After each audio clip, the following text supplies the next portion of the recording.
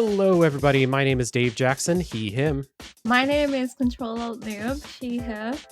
I'm Taylor. I'm also a Thunderheart, and I go by she, they. And I am Suhrke, and any pronouns are fine. And this is Tales from the Backlog, where today we're doing something different. We're talking about our experiences with backlog resolutions. We'll get to that here in a second, but if this is your first time here, thank you for joining us.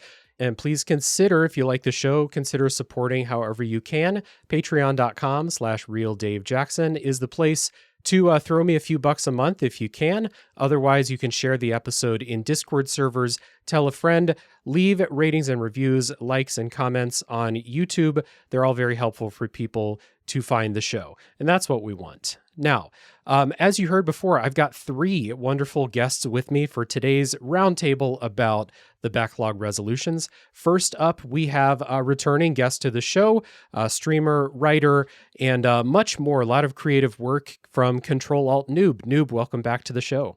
Thank you for having me. I'm very excited to be back, especially for backlogs, because I love lists. Yeah, everyone on the show today is...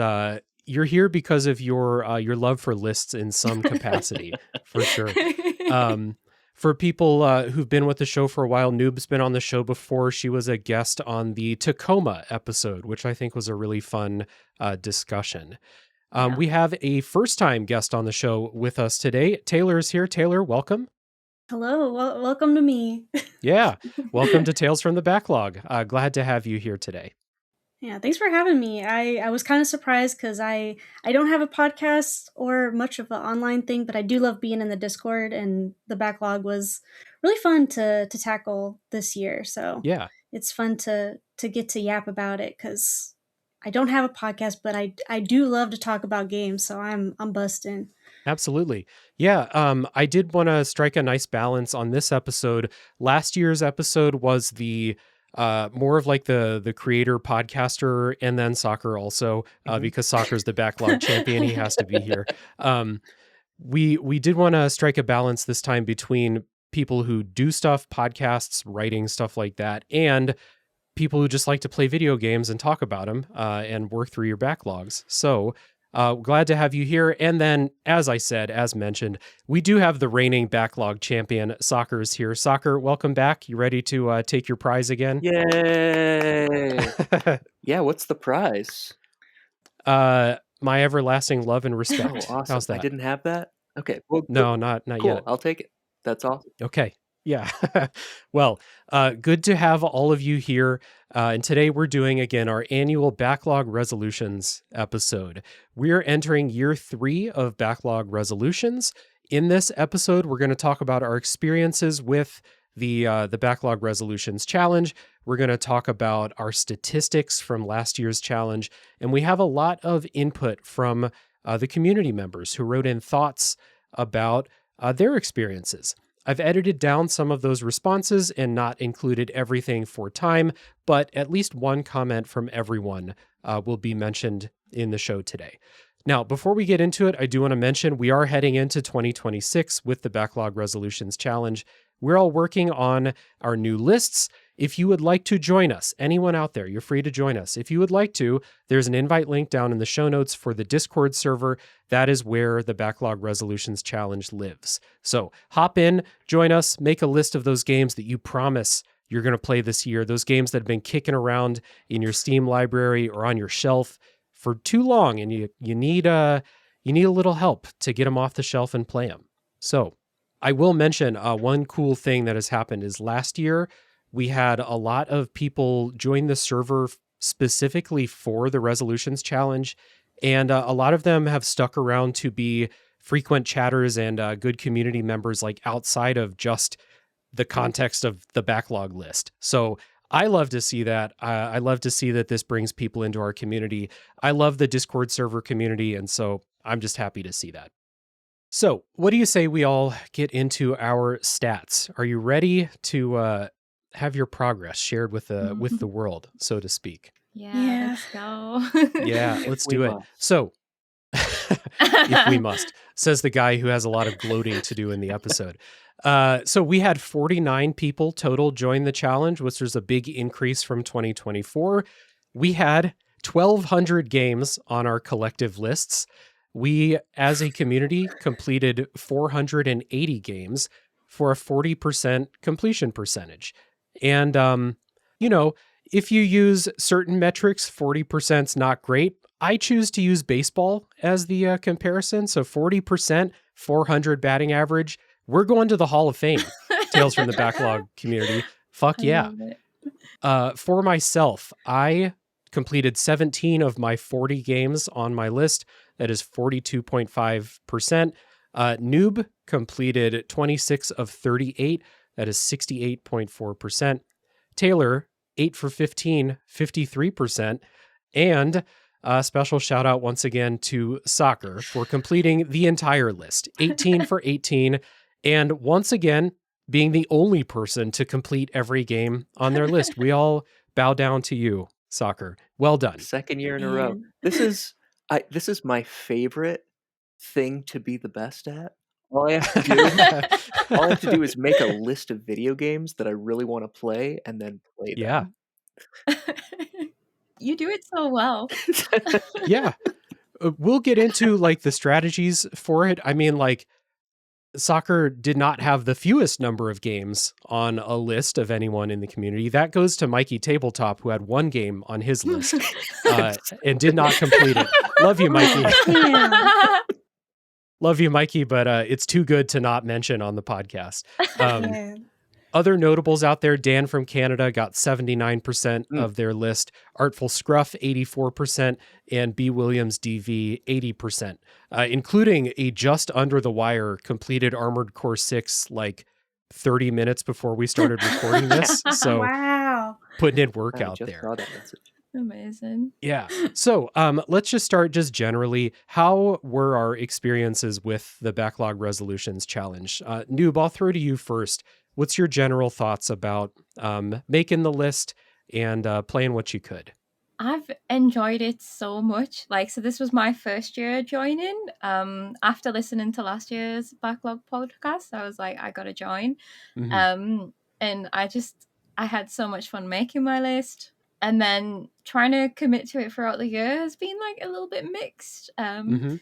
But it's been so satisfying. And what I love about it is just like, well, two things. One, alongside the community is like so much more fun going through your games rather than just doing it by yourself. And then secondly, like it's become a little ritual for me where I'll finish the game and I'm like, right, I gotta go and tick that box and then watch my numbers go down. Mhm. And it's like it's so satisfying because it's like I'm getting through my games. Like that's what I want to do. Yeah, absolutely. The community aspect of it is one of my favorite parts of it too. Like you said, it is, I mean, I would be having fun playing video games regardless without doing the podcast, without having a community of people to play with. I'd be having fun playing them. But it is fun to do this as a group and kind of talk about, I love going into the Backlog Resolutions channel and being like, oh, so-and-so just beat this game. I fucking love that game. Now I'm going to be like, hey, what'd you think? How was it? A lot of fun doing that stuff. Feels like a little celebration every time we finish a game. It's like, yay, good job, everybody. Yeah. I love it. I always have a good time with this. I think I kind of function on to-do lists. So Mhm. even hobby-wise, like I have a list of classic authors that I'm trying to read, which I also keep. I've got a backlog of classic lit to get through, and I'm going through that one by one without deviating. I did deviate a little bit from my backlog games list, but I like kind of having a plan for what I'm going to do and executing it. Feels good to execute it. I like to have just like at the beginning of the year, just, I come into the beginning of the year with a bunch of things that I'm like really excited about playing in the coming year. And I've always got a ton of games going at the same time anyway. So it's always like a little bit delayed when I can actually like be what's the word? Like be impulsive and be like, I want to start this thing. So I always have a bunch of things I'm excited about. And at the beginning of the year, when we make our lists, I've got a bunch of stuff that I'm like, this is all the stuff at the forefront of my mind. And 40 games for 2025. Apparently I had 40 games right there that I felt like I needed to play. So it's a lot of fun to make that list and stuff like that too. Taylor, how was it for you generally? It was, I think the first thing I liked about it was going in and finally actually cataloging all the games I have that I haven't played. Because in my mind, it felt like a lot more. So I was a little intimidated, but then as I actually started listing them out, I was like, okay, this feels doable. I actually don't hoard as many games as I thought I did. And so, I mean, that backfired because I did not finish my backlog, but it was kind of nice to, I don't know, like remind myself, like, what do I have that I started but haven't finished, that I bought, and then, I don't know, like, I had some games on, like, GOG that I just forgot that I had gotten, like, for free from somewhere, and going back and playing those was nice. And I don't know, it just kind of feels good to, like, not get them out of the way, because I really enjoyed most of the ones that I played, but it kind of, I don't know, having that backlog is kind of heavy, where you just, I don't know, I feel like it kind of holds me back from buying new stuff or playing new games, because I'm like, well, I know I've got all this stuff I need to play first, and actually setting them all down and playing through them, kind of, one, I get to enjoy the stuff I've already bought or gotten from whatever for free, but then I can also look forward to going forward and making a new backlog or getting new stuff without having like this shadow of games hovering over my shoulder. I'm glad that you said when you went to tally everything up, it was less than you thought it would be. I thought it was going to be like, oh no, I've got 900 games in my library or something like that. That wouldn't be that unusual. That would not for our community. It wouldn't be. I guess I hadn't considered. I guess I project my own relationship with my games library, where I have used howlongtobeat.com, and I just have every single game that I own cataloged on there already, which is growing. It's up to like 500 across. That includes emulated games that I put on there as like a, hey, remember that you have this file somewhere. But Noob Soccer, do you keep track of the games that you own, like just generally without making the backlog list? I tried. Like, I feel like it's probably about an annual thing where I'll try and make a full comprehensive list, and then I don't keep up with it, and then I go back and I don't know what I put on the list and what I didn't put on the list. So then I just sack it off and maybe make a new one. Or for now though, I think I'm like, I can't be bothered to try and track everything, because I'm the person that like claims all the free Epic games, and like I play a lot on PS Plus, so like they're sort of, I have them, but I sort of don't, because they leave and it's really hard to keep track of. So I don't generally. I think that's why making this list been really fun this year, is because it's given me the excuse to look in all my different catalogs again and be like, oh yeah, I've got that there, let's add it to the list. With like everything. This list is backlog prime. The other stuff is yes, that's literally how, that's how I'm working it. I don't look like last year. This is the list that I looked at for games I have to play. I wasn't looking in my libraries, just to make it a bit easier. It's like I can spend hours just trying to pick a game, so at least I only have 10 options rather than 100. I used to track all the games that I own. It was a lot easier when it was all physical. Yes. Because I just had a shelf, and then once digital got involved, I tried keeping a spreadsheet and trying to track like which systems I was downloading things on, and it ended up getting complicated. But also, I mean, I've always had the habit that I have now, which is I don't often buy games with the intention of playing them later. I just buy a game when I am about to play it. You know, even if I do a physical copy, I'll like run over to a store, you know, like the day before and buy it, or I'll order it a week ahead of time or something. But so it's not maybe as crucial in my mind to keep track of all the games that I own, because it's like that's all behind me now. I played all those games. Yeah. As we mentioned in last year's episode, you're operating on a different plane of existence from a lot of us gamers, where we're just like, oh, the Steam sale started today. Let me just go load up with a bunch of stuff that I might never play, but Like, I'm losing money if I don't spend $5 on this thing right now. Yeah. So It's so funny. Yeah. Somebody tried to make the case that they weren't spending as much money as me, and then I just kind of like did the simple math. Like, no, see, buying 90 games at half off is still more expensive than just buying like these 10 games and playing them. yeah. Any amount of money spent is higher than zero. And it's, I think I'm not a mathematician, but I think the math backs me up there. So let's get into some of our community responses for this first question about general kind of top level thoughts about the resolutions experience. I'll go ahead and get us started with Matt, aka Stormageddon, good friend of the show and guest on last year's resolutions episode. Matt's part of the Fun and Games and Reignite podcasts. You should go check those out. And they say the community experience, as always, was top notch. And we have a good group of people talking about the kind of community aspect of the Backlog Resolutions Challenge. So, Noob, you want to take V Pontes 97 next? Yeah, V Pontes 97 said, "It was really great. It was my first year participating, and the community experience was fun, even considering I mostly observed. It was cool to see everyone tackling their lists and discussing what they liked or not about a really varied range of games."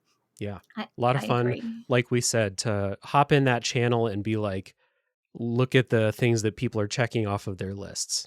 Linka says, I enjoyed everything from creating the list, ticking off boxes, to watching what others had on their lists and how they were doing or struggling to tick off their boxes. Yeah, we'll talk about the struggles a little bit later. There's definitely were some struggles, as anything like this goes. Yeah, the struggle jumped out. I was like, okay, yeah, I'm glad someone else sees that too. Yeah.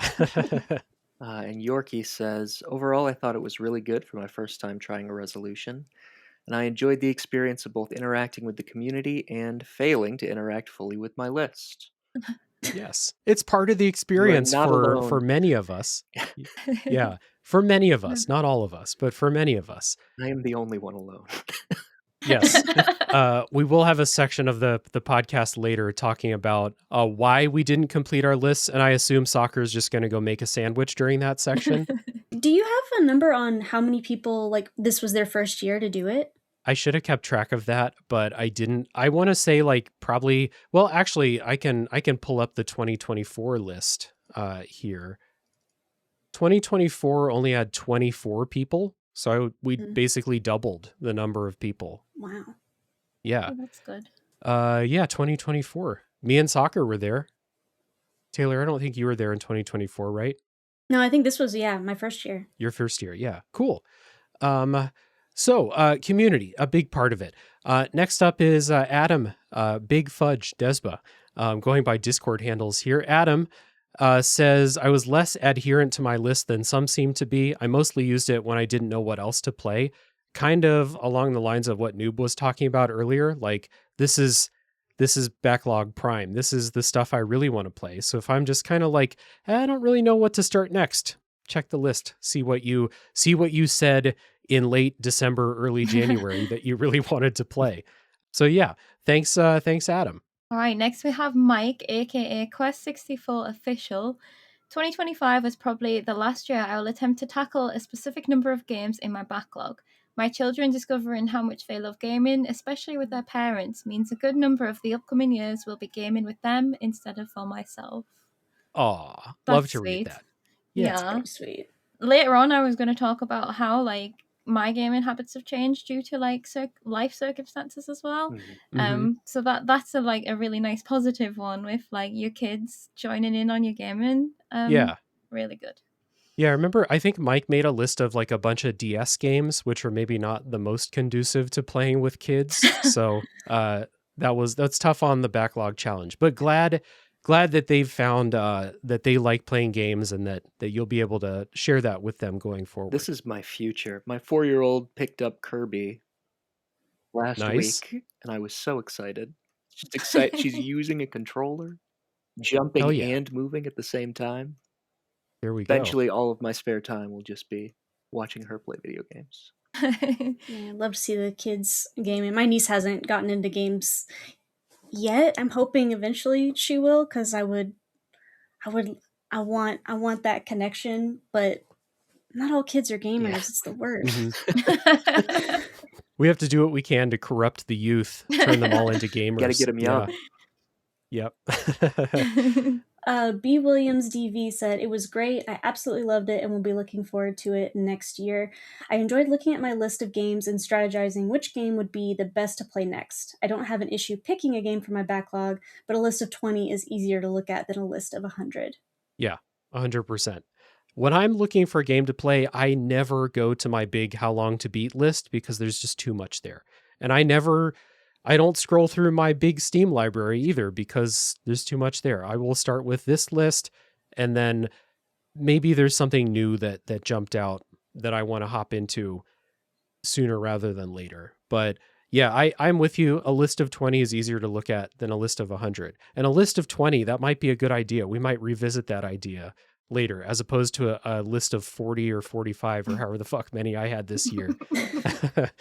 Now, one of my favorite things about this, and honestly, the reason I wanted to start the backlog resolutions challenge up is I think that there are a bunch of games that are like lingering in our libraries, most of us, that, not you, Soccer, but the rest of us. We don't always have to throw the soccer qualifier in. Yeah, I know. And pretend I'm I not know. here. A lot of us, we have a list of games that we keep telling ourselves like, man, someday I want to get to that. Someday I want to play that. Not right now though, but someday, and then someday never comes, as John Fogerty's saying. So we have a list. We've made some lists and we got community submissions of games that we put on our lists that we did get around to playing that I kind of feel like for my own list, I probably wouldn't have played without making this list. It would have just been something that my eyes just glaze over in the Steam list and something that would have just forever been on that, like, yeah, I'll get to that someday, someday. I swear I'll get to that. And then these are the kind of success stories from that. So my first one is Legend of Grimrock 2, which as we're recording this was just on the podcast like last week or something. And this was on my 2024 list for backlog resolutions. Didn't play it. And finally got around to it this year. Absolutely loved it. Fans of RPGs should absolutely check it out. It's just not something that like, it's not like a sexy thing jumping off your list at you, but it's just a good ass video game. And without a list like this, I feel like I may have just continued to skip over it. Same thing with Heaven's Vault, which was on my 2024 list, which I didn't play for whatever reason. This year, the kind of the community getting together and like we had like 4, 5, 6 of us playing Heaven's Vault at the same time was fucking awesome. And backlog resolutions really spurred that on, I feel like, for me. And Soccer, you have Heaven's Vault on your list too, right? Yep. It was something that I wasn't sure I wanted to play. I might not have ever played it if I hadn't put it on a list of things to play. It's just something about seeing clips of it. It didn't jump out at me. I was like, I don't know how engaging this would be. I had no idea. It's so good. Enough people that I trusted were like, you have to play this. Yeah, it's definitely not one that jumps out at trailers at you and being like, this is gonna be the most compelling game you've played. Yeah. And it was like super compelling. I said in the podcast, like, is one of those games I couldn't stop playing. I would think about it when I wasn't playing it. I would sit and play it for multiple hours in a row, which I don't normally do. I want to play it again. I have a note. Yeah, I played it 1.5 times. I never play New Game Plus ever, but I started one in Heaven's Vault. I have a notebook full of Heaven's Vault scribblings when I was trying to figure out the language. So that is a backlog resolution success if I've ever seen one, for sure.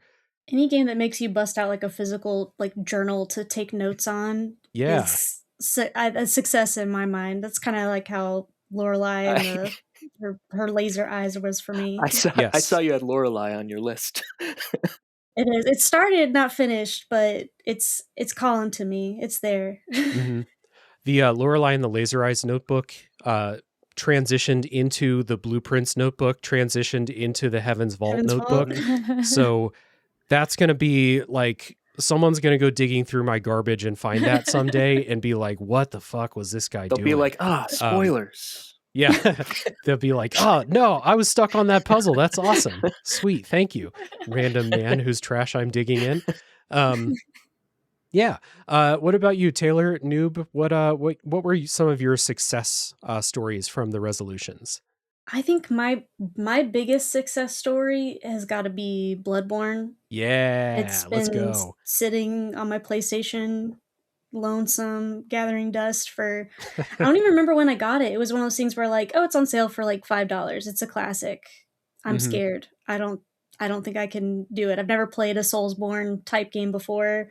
And everyone's like, "No, you'll love it. You love kind of scary, atmospheric stuff. Like it's a good entry point, blah blah blah." And I don't know. I was intimidated, but I was like, "Well, I think it's shorter than Elden Ring, so I'll jump in."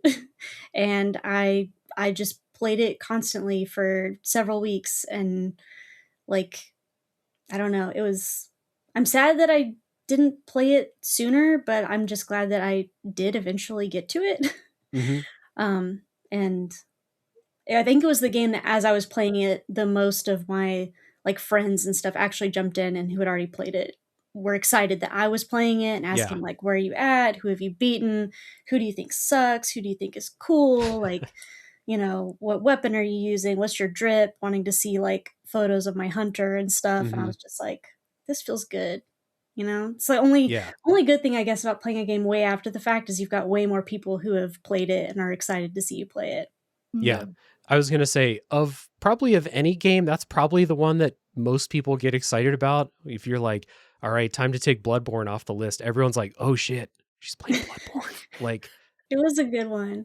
Yeah. I think the other one I have on there that I didn't enjoy, but I was glad to get knocked out because it also seemed kind of like a classic was To the Moon.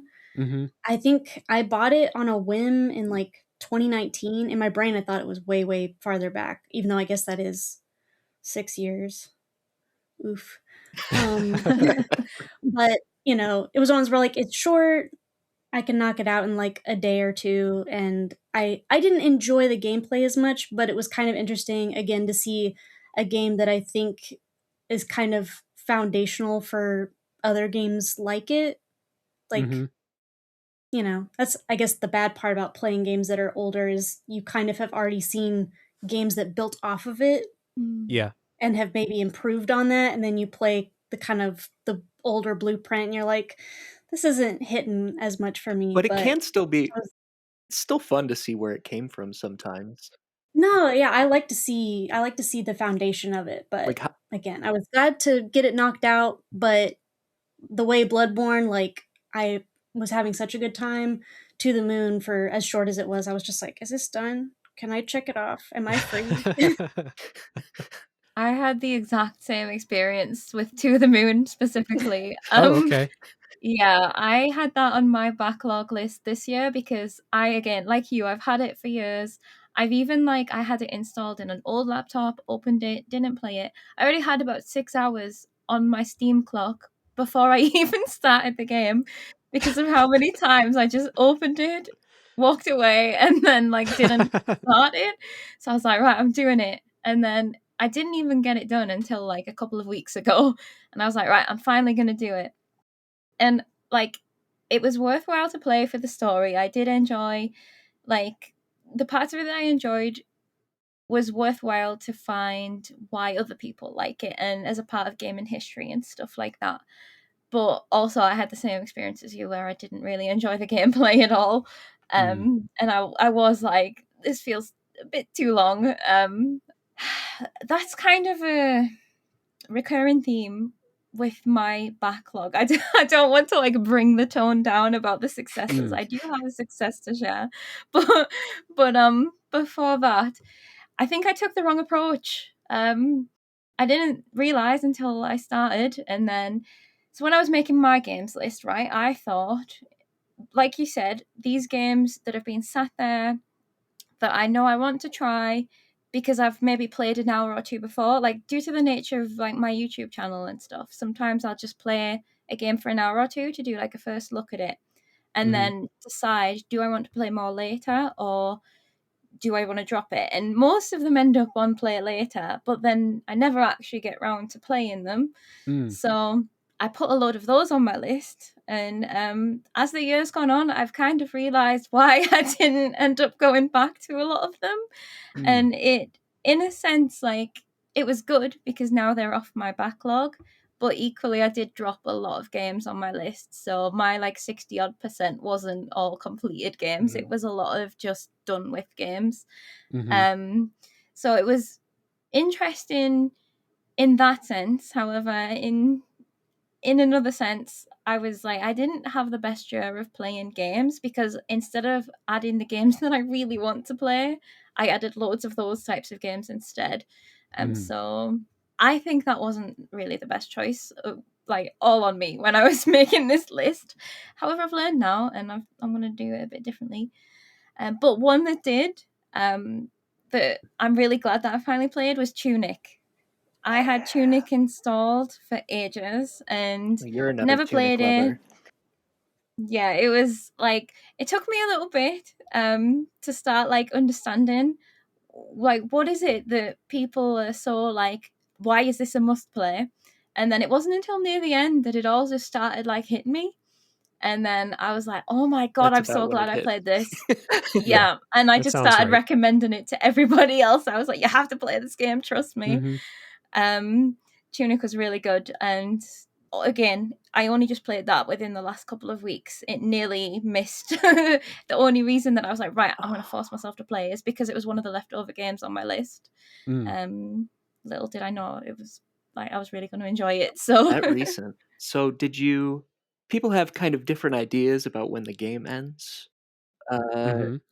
What was your final boss, a fight or was it a puzzle? A puzzle. Great. Yes. I want to talk Tunic. There we go. I was actually like seconds away from stopping and uninstalling Tunic, like when I was like 10 minutes in, and now it's one of my favorite games of all time. So yeah, I'm with you. that's It's an so cool. experience. A hint for Awesome. people who maybe aren't combat people but do enjoy puzzles, just turn on no kill mode, no die mode, I mean, like invincible mode. And that's what I did, because there is a lot of combat. But if you want like a special puzzle game, it is a special puzzle game, then it's worth doing that for sure. It's still great. I also turned on no kill mode, and I am a combat person. Yeah. I don't think the combat's very good in Tunic, so I turned it off. Really? Yeah. Also, just let it be known, I love To the Moon. This is not a To the Moon haters club out here. We might split the room, but I do love that game. But I'm glad that people are like giving it a try. That's a classic one where it's like, it's not, it's like $6 full price. So it's like, well, let me just pick it up because it's cheap. And I might consider playing it, but like there's very little like, money investment in it. It's not like if I spent $60 on a game and didn't play it, I'd be like, man, I spent a lot of money on that. I should should boot it up. To the Moon is not quite one of those. Yeah, it's wild to think if I got Bloodborne on sale for like $5 and bought To the Moon for like full price $6. Yeah. that way leads to madness when we start comparing just goes to show you stuff. Yeah, exactly. Soccer, other than Heaven's Vault, what were some of your resolution successes? I mean, obviously I had a lot of success in general. Almost nothing but success. Well, that's not entirely true, because there were 4 games that I decided not to finish. I saw that I could, but I elected not to. So, well, depending on what you mean, too. I mean, starting with the good, I played Unsighted in a previous year, which is a top-down Zelda-like action-adventure, and I was really frightened of the time limit, and I turned it off early, and so I got an experience that was really good. It was very like, it was more at your own pace, but I always got the feeling that I never really played it, because the plot and certain events are affected by your decisions about who to save and how you deal with the timer. And so I'd always wanted to get back to it, but I don't think I would have unless I put it on the list for myself. So I did do that. I'm glad I got that experience. I still actually prefer it without the timers, but I won't fight anybody. Okay. But I enough. I at least can say like I got the intended experience from that game. I also like to I want to put at least one thing on my list that kind of pushes me out of my comfort zone. I don't play a lot of AAA games or photorealistic games. Part of my secret to success is that a lot of my games are pretty small. Yeah. But God of War I put on my list just because I liked the original God of War way back in the day, and people really highly recommended the 2018. I tried that out and I thought it was great. It was a lot of fun. It had just enough callbacks. Another one, I don't know if I would have actually picked it up if I hadn't forced myself to. And then again, we have some other experiences. Mega Man X, people love Mega Man X. I played the original Mega Man without a guide or anything, and I got through it, and I was really proud of that accomplishment when I was a much younger person with a lot more time on his hands, maybe.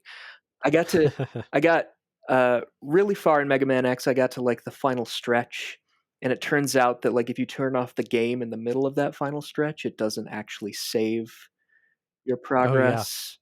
Maybe I should have played with save states, but I was like, I am not doing that again. Yeah. I spent hours trying to get that far. I'm not going to do it again, and I ended up stopping. Plus, I felt like I'm going to make Mega Man fans really angry, but if you played a Mega Man game, you've kind of played Mega Man. I don't know. They're pretty similar, at least in terms of their general structure. So, lastly, Void Stranger was Hell on Earth, and I'll never forgive you, Dave, for putting that one on my radar. You're welcome.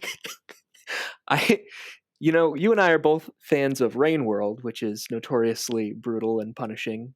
But at least Rain World lets you die. Void Stranger, I felt like it sucked so much of my life away. It is so it's excruciating. I mean, like it really puts you through the ringer. There were some really cool story elements. I don't want to say that there's nothing to the game. It's just it hurts so much, and I regret my time with it. To be fair, in that podcast about Void Stranger, we did talk about how much it kicks you in the shins and wastes your time and all of that stuff while presenting you all of this like really interesting stuff.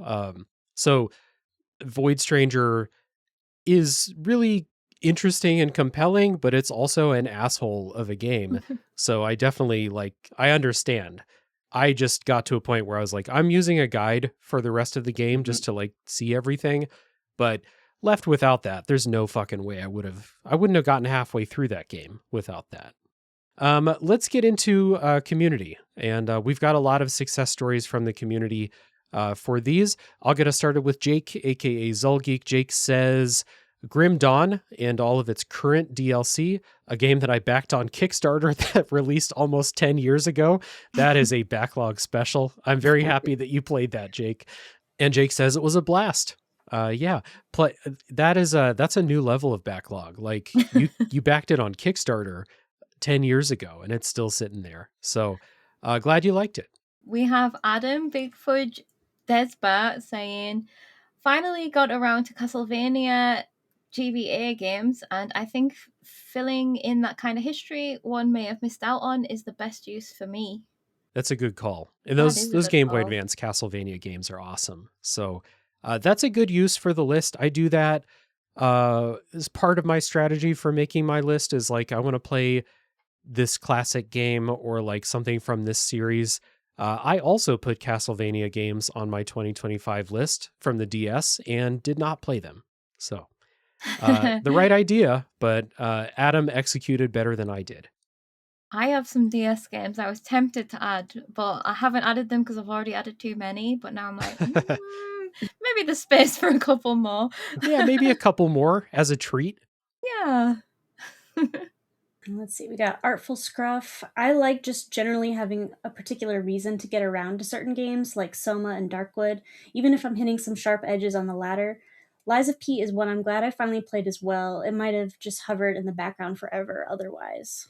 Hell yeah. Taylor, if you liked Bloodborne, I think Lies of P might speak to you as well.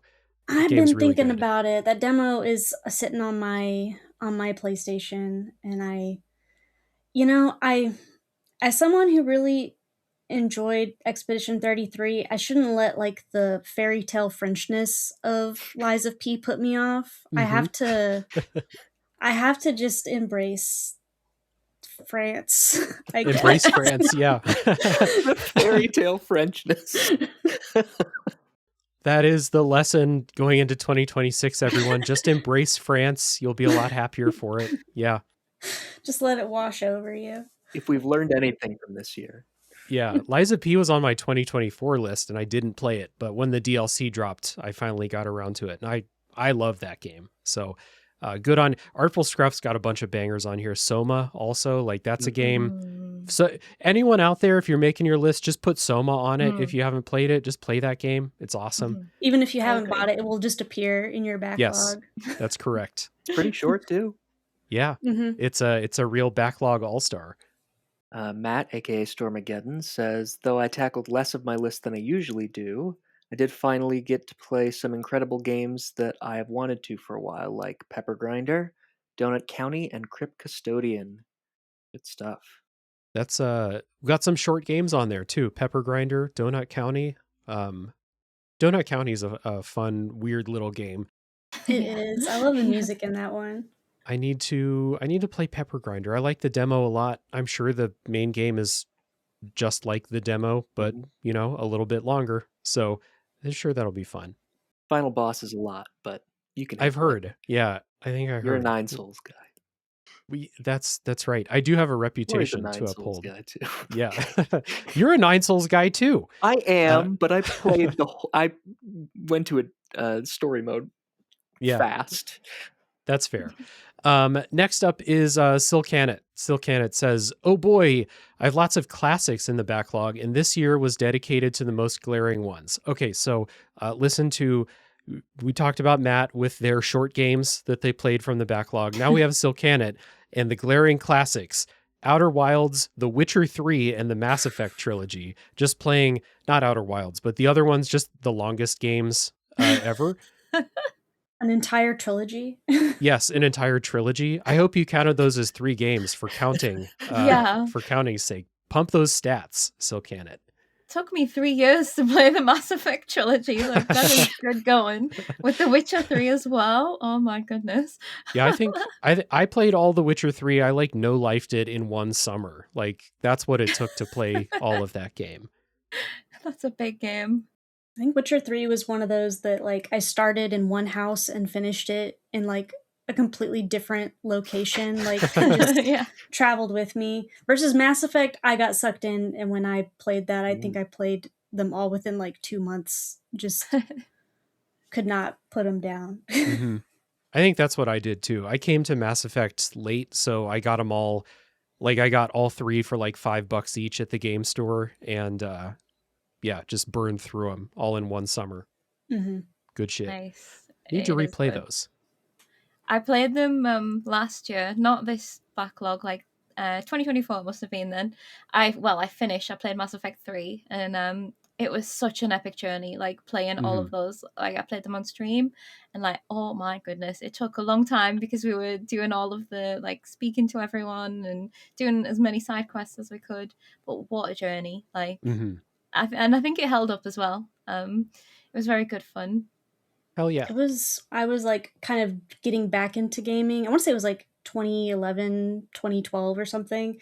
And so I was playing on an old 360, and I hadn't played any of like the newer generation games. So when I was playing it, I was like, these graphics, it's like real life. It's so good. And then that's not true. But when you've only been playing like PS2 games and then you jump straight to 360, I was just like, wow. Yeah. Love it. Next we have Trinity Nix saying Cult of the Lamb and Oh, why did I get this one? Greece? Yeah, Greece. Cult of the Lamb and Greece. Good games. Good games. Cult of the Lamb, I think you can just play that. Like, people put in insane hours in that game. I never played it, but Greece is a good backlog list game because it's like 3 hours long. Yeah, I played Cult of the Lamb this year. Yeah, that's right. Yeah, and I streamed it because it's got all the Twitch integration as well, which made it quite fun. But that was a one I could have spent a lot more time than I did, but I had to cap it because I was like, I'm gonna be just playing this forever. There's so much content, like it's crazy, more than I expected. My partner's a big fan of farming sims, and I really like dungeon crawling, so we actually played it together, and we would hand off the controller. Awesome. Nice. She would get me ready, and I would go do the battles. That's so perfect. Was she screaming at you while you were in the dungeons like, hurry up, my villagers are dying? No, she's pretty laid back about everyone dying, actually. if there is a game to be laid back about your villagers dying, I think it's that game, right? I think so. It's pretty, there's a lot of stuff happens. V Pontes 97 said, it made me prioritize some games that I bought 4 or 5 years ago, and for one reason or another kind of ended up forgotten on my library. For example, I bought Amnesia: The Dark Descent 8 years ago, and the challenge finally made me put the game on my priority list. Because of the obligation of the list, I also played, for example, Persona 5 Royal, one that I always put aside because of the length. Yeah, I get that. I ended up loving it, and this opened an entire new range of great games of the style for me to want to play in the following year. Love to hear it. Yeah, I guess we have like the two extremes, right? We have like I knocked Greece and To the Moon off of my list, like the little short games, and then the others where it's like I needed some peer pressure to put 120 hours into Persona 5 Royal and finally knock that shit out in The Witcher 3 and games like that. But I love this. I love the ones where it's like, yeah, I bought this game 8 years ago and it's just been sitting there. And it's been there so long, I don't even see it anymore. But glad you got to play those games. Amnesia, I'll never play, but I'm glad you did. I want to play that one. I don't own it yet, but that's one I've got my eyeballs on because I like a good scary game. And I've heard it's a little scary. Yeah, I've heard it's a bit scary, just a bit. A bit. Lenka says Kentucky Route Zero. It was an excellent experience, especially since there was a community playthrough happening on the Gaming in the Wild Discord. There was. I watched that happen, and I was jealous. I could not get the time to fit it in. I have played the game before, but having everybody like do acts together and discuss them, it's a really slow and meditative game. So that was would fun. Be fun to do.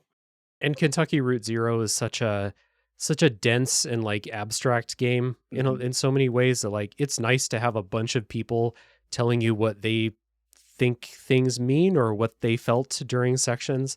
I was part of that Gaming in the Wild playthrough for about half of the game before I got busy and, you know, had to play other stuff. But it was fun. Shout out to John, good guy over there, Gaming in the Wild. Next up, B. Williams DV. Says, I explored so many new IPs making this list. It was great. I even faced my fear of playing a really difficult game like Armored Core 6, which they finished 30 minutes before we started recording. I'll probably even get the first ending by the end of this year. B. Williams DV did get the first ending by the end of this year. Good job. Congratulations. Right. I've got Armored Core 6 on my list for next year because I just picked it up for sale. And I love From Software, but I've never played Armored Core. So looking forward to that. But I like the idea of exploring a bunch of different new franchises that you've never played before. Similar to like what Adam said earlier about, you know, if you've always been curious about something, why not throw it on your backlog list? Definitely. So next we have Yorkie. As of writing, the most recent game I finished and likely the last of the year was Katamari Damacy, which has been on my backlog for what feels like forever, and it was an absolute joy of an experience, and I'm glad to have finally given it a go. I also gave Dark Souls one final try, and I have come to accept that is not a game I enjoy. One final try. A kindred spirit. At least you tried. At least you tried it. And fuck yeah for playing and loving Katamari Damacy, the coolest games of all time, the Katamari series. They're They're hilarious. They're so good. I love to, someone who thinks they know what video games are, I love to show them Katamari Damacy. And they're like, wait, what? What is this? Yeah. It's just so joyful. Well, that is that is two different ends of the spectrum of like vibe for games. Dark Souls and Katamari. Yeah. I would love to roll a Katamari in Dark Souls. Just yes. rolling up all the people. Now that I would play. I like this idea. Someone's got to put a Katamari mod on Nexus Mods for Dark Souls. Oh man. They did a skateboarding thing. Why not make a Katamari mod? Someone can do it for sure. Let's see, we've got Uso Ewin.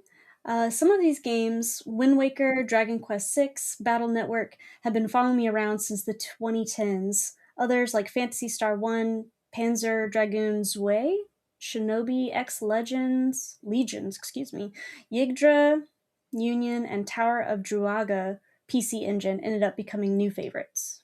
Love it. Again, some of those ones that you've had. I like the phrase following me around. Like you're like, since, for 10, 15 years now, we're like, shit, I got to play Tower of Druaga. And this is the reason. This is the thing that gets us to play it. I love hearing that. Wind Waker, that's one, like, I don't know. If you like Zelda, you should play Wind Waker. You should play that game. Mega Man Battle Network.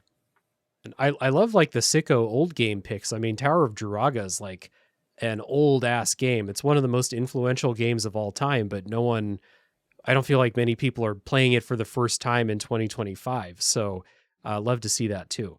I've never even heard of it. No, me neither. It's like an old arcade game. From what I've heard, it's like one of those games that's full of secrets, and it would have a notebook like attached to the arcade machine where people would like take notes, and then like you could roll up and read what other people had learned, and someone would finally beat the game. Sounds really cool. Sounds kind of like a nightmare to just try to play by yourself, but it ended up an original ARG, like the world's first ARG. Yeah, it ended up inspiring a lot of like, I think it was a big inspiration for the original Zelda and stuff like that. Oh, wow. So very cool. That's like in FromSoft when you leave notes for people if they're thinking about that little. Although that's a pretty risky move, leaving a little like drawing pad in an arcade. Yeah. And just praying that people will be good and just leave notes and not draw like. Yeah. You get to the arcade machine, you open up the notebook, like, oh boy, I can't wait to find out what people learned. And like, you open it up and it just says try finger butthole. And you're like, all right, well, I guess I'll try it. I mean, I don't know what else to do.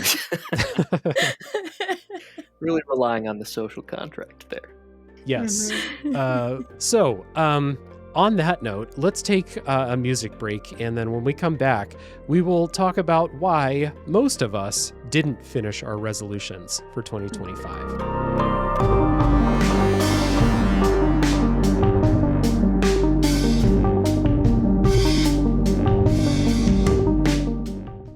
All right, while we take this brief break in the Backlog resolutions discussion, I'd like to give a few announcements and say thank you to the patrons who help support the show.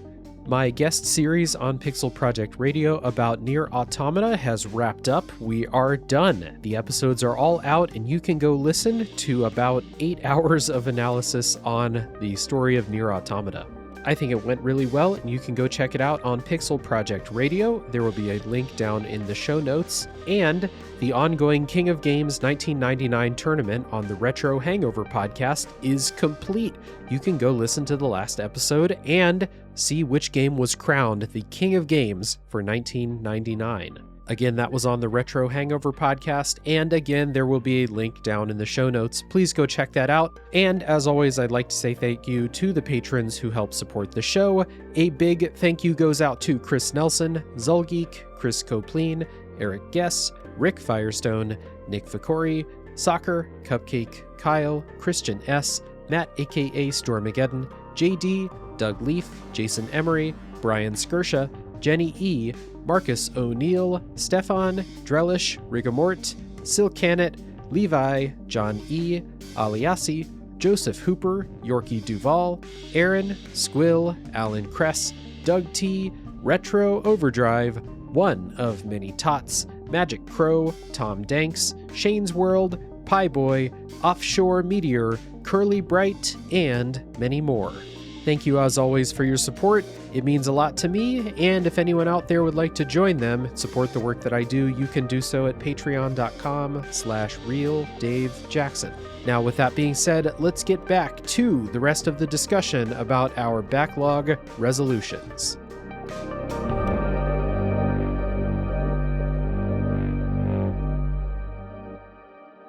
So, as mentioned at the beginning of the episode, most of us did not complete our list. In fact, 48 out of 49 of us did not play everything on our backlog resolutions list. Now, here's where we talk about why, and then we'll talk about how to kind of strategize better, if we feel like strategizing better, going into the new year of resolutions. So, for me, I'll get us kicked off. I think there are two main reasons why I don't finish backlog resolutions lists and why I likely won't finish 2026's list. The main reason is too many games. I had 40 games on my list. That's too many. I did complete more than 40 games in 2025, but they were not all from my list. Part of that is I played a lot more new releases in 2025. I played 25 games that released this year, which is way more than I normally get to. They're just a lot more new things that caught my eye that didn't have huge time commitments, where I was able to be like, you know what? I got this other stuff. I've got my schedule and stuff, but like, I want to play Despelote right now. So I'm going to buy Despelote and play it right now. And I did that a lot more in 2025, and some stuff on my backlog list suffered. Even shorter games suffered because of that. And then the other reason is I think that like, as we go through the year, the games that we want to play kind of shift and evolve. And so we make the list at the beginning of the year, and generally we don't make any changes to the list as we go. That's not how resolutions work. Like, you don't change your New Year's resolution in July. Same thing with these lists. So I make my list of like all the stuff that I'm like, yeah, really excited to play. Pick a game from my list that I didn't play. I'm really excited to play XCOM Enemy Unknown in 2025. And then like I played a bunch of games. I was like, get some really good momentum early in the year with my list.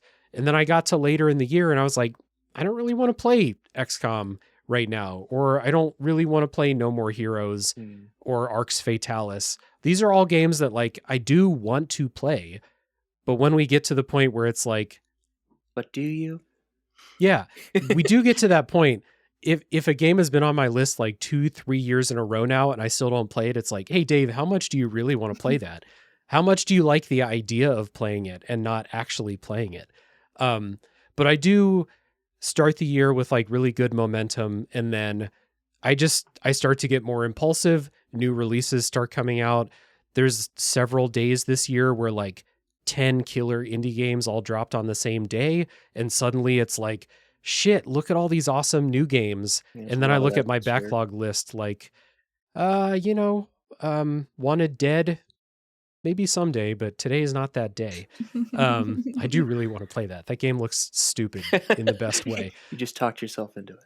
Yes. Not on my list for next year. It will be an impulse decision if I play it. So for me, I think those are the two main reasons why I don't complete my list. Number one, too many games, just straight up. And number two, if I were to remake a list in June or so, it would probably be totally different because I'm thinking about playing different stuff at different points in the year. So how about you all? I think that's such a good point about if you've got 40 games on your list and if you're like committing to this backlog list, this is what I'm going to play. Like, you are then committing to not playing as many new games, and that is getting harder and harder to do year by year because, like, I don't know if you guys have felt it as well, but like, do you not feel like year by year we're getting the volume of not just games but good games, like excellent games, is just getting bigger and bigger and bigger, and like absolutely. You have to try and find that balance if you want to not end up with an even bigger backlog list next year. So I think it's just a good point about the amount of games and kind of how committed you want to be to the list. And so like for me, I never was, not to like ruin the statistics for everyone, but I was never like super committed to finishing all of my games because I knew I put too many on. And I was like, I tried to approach mine more like these are options. I've got a good few long games and a good few short games. So if I fancy a long game or if I fancy a short game, take my pick. But there's no way I can do all of those long games. If I do all the long games, the short games aren't getting played. So that's how I tried to do mine, where there was going to be leftovers, regardless of how well I did, I think. Yeah. I think the one thing I don't want people to go into the year doing is planning, these are the games I'm going to play in the coming calendar year. That doesn't seem like a very fun way to engage with our hobby. Is it okay if some of us do that? Well, but you also have played a lot of stuff that was not on your list. A lot, like, yeah. So like what I don't want people to do is be like, well, here's my 40 games and this is what 2025 in gaming is going to be like for me. Just this. And I'm going to feel bad if I play something that's not on the list. Like when I started to deviate from the list, probably about halfway through the year, I didn't feel bad about it because I was playing stuff I wanted to play. And it's not really like a reflection on how much I want to play Narita Boy or some other game that I didn't play from my list. But I just, especially with those new games coming out, like Noob said, every year, not only do we get more games than ever before, I feel like games are better now. Every year is the new best year to play video games. So like, and that includes the stuff that came out last year that you didn't have time to play. So you're always just like, we're spoiled for choice. I think like the best part about doing this is narrowing down some of that choice, but still, I think that making the list at the beginning of the year and then being like, I'm only going to play these, I think that's a losing effort right away. Definitely. I think, as you say, there's just an absolute abundance and it only gets more and more. So you gotta leave some wiggle room. Yeah. For me, the other thing that the other reason that I didn't complete my list, other than like I set an impossible task to start with, like just not necessarily what I wanted to play changed, but the way that I wanted to play changed. So like, well, I got busy. Life changed. When I made my list at the start of the year, I didn't expect to go on hiatus. Like all my content's on hiatus right now because life got busy. So like most of the games that I didn't start were meant to be streamed, which I just had to stop streaming. When I made my list at the start of the year, I didn't expect that I was moving. I didn't expect to stop making content. I didn't expect to like find co-op buddies that I play more co-op now, which none of them was on my backlog. So I think that's the main ones for me. It was just like I had an unexpected year and there was no way that I could keep up my gaming habits that I had done the year before. I think for me, a big part of it was, which I do like being able to see at a glance how long the games I have are, so I can kind of gauge, like, do I feel like playing a long game? But I feel like that also did kind of put me off a lot of them. Like, part of me almost wants to not include that on mine for next year, which I think I already put it on there, but just because I see a game as long and I'm just like, I'll do something else. But when you have a lot of long games, then suddenly you have, 4 or 5 games that you're just like, I won't be getting to these this year. I can't start a new long game in November. There's only 2 months left. And there was other ones, like the big one for me was games that, kind of like you said, I've had on maybe not my official backlog list because this is my first year with this one, but games that I have had for a while that I was like, I'll try them, or I've started it like a billion times, and then finally just was like, I don't want to play Red Dead Redemption 2.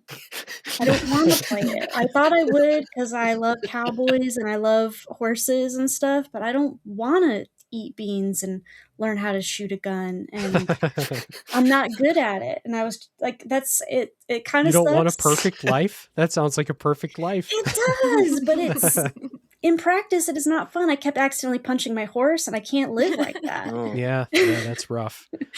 So Do you? oh yeah. Sorry, do you feel like with those things in particular, we talked about this last year, and like there's been so many studies about list making, goal setting, and things like that. There's that psychological phenomenon where like once you write something down on a list and tell people that you're doing it, you already feel good about doing it, and so you're less likely to complete it. Oh, that's why.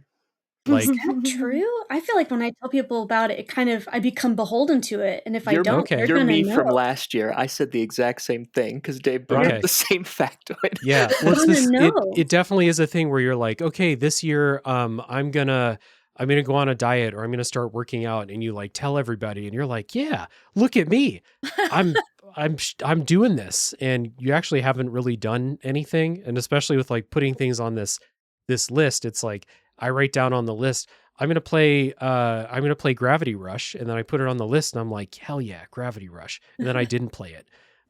It's on my list for next year. I'm gonna play it. I saw it. I hope you do. I'm gonna play it. I have a podcast promised already. I got to do it. But there is that thing where you're like, you start telling people, you write it on the list, and you get like enough satisfaction out of just doing that your brain is like, good job, Dave. Look at you go. The list for me is helpful, and telling people I've started something is good, but it makes me feel like I have to do it, or they're gonna come to my house Yep. Yeah. and kick dirt in my face and be like, "How's Majora's Mask going?" Yeah. Not good. I saw Really bad. that's something I noticed about your list for next year is you have some stuff on there that's kind of hard to rush. Like Yeah. some real puzzly stuff. Majora's Mask is not one that you can just like gun it to the next dungeon. You have to figure stuff out. It's Yeah. like the Returnal of Zelda games. I'm having a hard Oh, yeah. time. It's like It's unlike you mess anything up, you else. have to start over again, and that was hard for me. So I took a little break from that, and I also was like, this feels like a Halloween game, and it's not Halloween anymore. So now I have to wait till Yeah, next that's Halloween. true. Yeah. Or like if you put stuff on your list with the intention of playing it during a certain season or something like that, and then that season rolls around and you're like, I don't really want to play this Yeah. right now. So there were some that like people had mentioned that you do have to be like more in the mood to play. Like, for example, I don't think you have to be in a special mood to play Ratchet and Clank Rift Apart, which is on my list. I didn't play it. But like that's like I can play that anytime. That's joy in video game form. Like I can just fucking play that game. Whereas there's other stuff where you kind of have to be in a mood. Like Void Stranger is one where you're like, I have to be ready to sit and get my ass kicked. And some people had like Pathologic on their list. Artful Scruff mentioned Darkwood. Like games are just gonna like beat the shit out of you, and like you got to be in the mood for that. Otherwise, you're going to be like, well, the list says I have to play Darkwood, so I'm going to boot it up and have a terrible time. Like that can lead to having a bad time in one way or another also. I'm trying to see if I got any more. Like Drakengard is one on my list. I am not expecting to enjoy that game, but I want to play it. But I have to be in the mood to play a game that I think is going to be a pain in the ass to play, which like I'm up for that sometimes, not all the time. Drakengard on my list again, third year in a row, I think. When do you leave it behind? How many years? I don't know. We'll see. There are some games that I didn't play that I left behind where I'm like, I got to stop putting this on the list. This has to be an impulse, like XCOM. When I'm in the mood to play XCOM, I'll boot it up, but not right now. Ring Fit Adventure, I did not finish, even though it was on my list, because I bought a Switch 2, and the Switch 2 doesn't take the Joy-Cons from the Switch 1. Is that Or a game doesn't that you can complete? Like, is it a game? it does game? have a I think it does have a story mode. Yeah. Yeah. Wow. And I'm like, I don't know, 60% of the way through it. Like it's really long, but I have it. But the Switch 2 doesn't charge the Switch 1 Joy-Cons, and you can't play Ring Fit with the Switch 2 Joy-Cons. So it's not an impossible logistical task. But in my head, I'm like, that's my ticket out of playing Ring Fit Adventure. You know, I had a couple of those as well. One thing I forgot to mention on mine was like technical difficulties is another reason we don't finish all of our games. I had Red Dead Redemption 2 on my list as well. I lost the disc. Like, I've moved shit. house. Like, I've been through everything I own and I cannot find the disc anywhere. So I'm like, yeah, I don't know where it's gone. Like, it doesn't exist anymore. So I'm like, okay, well, I suppose I can't play Red Dead Redemption 2. There's a good massive 3-digit number, probably figure game off my list. Goodbye for now. No beans for you. No beans. Yeah. I think the other like big ones for me was like one kind of a bummer. I won't stick on it too much, but my dad passed away like in February, and makes your brain like not want to do stuff that normally makes you happy. So I was like, I will get lost in games. Do you know how many games are about grief? And I was like, could y'all cool it for It's like a second? Like 70% of indie games are about depression and grief. Like, I think. something about trauma again. Yeah. But and like eventually I came back to it, but there's definitely like if you were to look at my like activity, there's a big dip in the middle, and you know, just did not feel like it, which was a bummer because normally it's like I would love to just like escape into game, but brain was not having it. Yeah. And then the other one was just and maybe it was part of like kind of being, you know, a little bit, you know, dealing with that was falling back into replaying games I'd already played as like a comfort thing. I say that I got all the endings in Silent Hill 2 Remake, a game I have already played.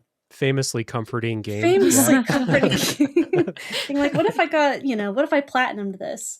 Yeah. And so that obviously took away some time from playing games I've never played before. But at the same time, I was like, I want to go hang out with Pyramid Head, I guess. I don't. Sorry, Arthur. I gotta go hang out with James. See you later. Yeah. Yeah, that's fair. We do have like some people that put replay games on their backlog lists. I personally don't do it. Really? But yeah, I don't. I mean, there are certain things about the backlog resolutions that I'm kind of a stickler for, but at the end of the day, it doesn't really matter until soccer shows up at your house. But until then, it doesn't really matter. The bat. Yeah. I see you're replaying Majora's Mask. So there's a lot of things that like will keep us away from completing our lists. But like this isn't supposed to be something that we're putting a ton of pressure on ourselves to finish or like, you know, perfectly plan or something like that. The goal is to get some of those things off of out of the Steam library, dust those cobwebs off of some of those games that we have. You know, I did not do as well this year as I did last year. Is that so? Yeah, well, it took me a lot longer to get through it. Oh, yeah. Didn't you finish in like August last year or something? It was maybe even earlier. Maybe it was like halfway through the year. But there was a deluge of games. A couple of years ago, some years ago, before I joined all these podcast discords, I was not as plugged in. You mentioned how many new games you had played. I think like more than half of the games I played this year were from 2025, were new releases. And like especially at the end here, I'm slammed. I've still got I've got 2025 games on my 2026 backlog already because I'm not going to be able to get to these. So I'm kind of on notice, you know. My reign is not a guarantee. Next year, I mean, if next year is like the Q4 of this year all the way through, I will be screwed. I don't know how many games I'll be able to play. Yeah, 2026 is looking insane already, and there's always like every month there's like 15 games that come out that I'd never heard of before the day they release, and then they release and it's like this has a 94 on OpenCritic, and I'm like, okay, I guess I gotta pay attention to that. So yeah, it does get harder to, if you're the type to like try to focus on backlog stuff, try to wait for new releases. I think that gets harder every year. I've pretty much given that up. I don't really care. I just want to play what I feel like playing at the time. And this year, that was a lot more new release stuff. Let's get into the community. Why did the community not complete their list? So I'll start again with Jake, aka Zulgeek. Jake says, the second I feel like I'm supposed to do something, it gets much harder to do. That includes putting games on a backlog list. Then I immediately feel like playing games that are not on the list. Jake's rebellious streak coming out. You can't tell me I'm supposed to play this game, me from 10 seconds ago. I relate to that. We have Citrus C. I think I didn't fully understand the assignment. Should have loaded up more with different games instead of long-ass ones, though I'm glad it got me playing Yakuza. That's a win. If you're playing Yakuza, that's a win. That feels like a win. That's on my backlog list. Sneak peek. Trying to find, okay, so Citrus C did have Yakuza 5 and Yakuza 6 and Yakuza Like a Dragon on the list, and Infinite Wealth. That's like 300 hours of game right there. Yeah. That'll last you a year. Yeah, long games. They'll do you in. I do know that Chris Taylor has every Yakuza game on his 2026 list, so best of luck to you, Chris. I knew there was someone that had done that. Are those the only games on the list, or? Oh no. Oh, Lord oh no, help. there's a lot more. Ambitious. Love it.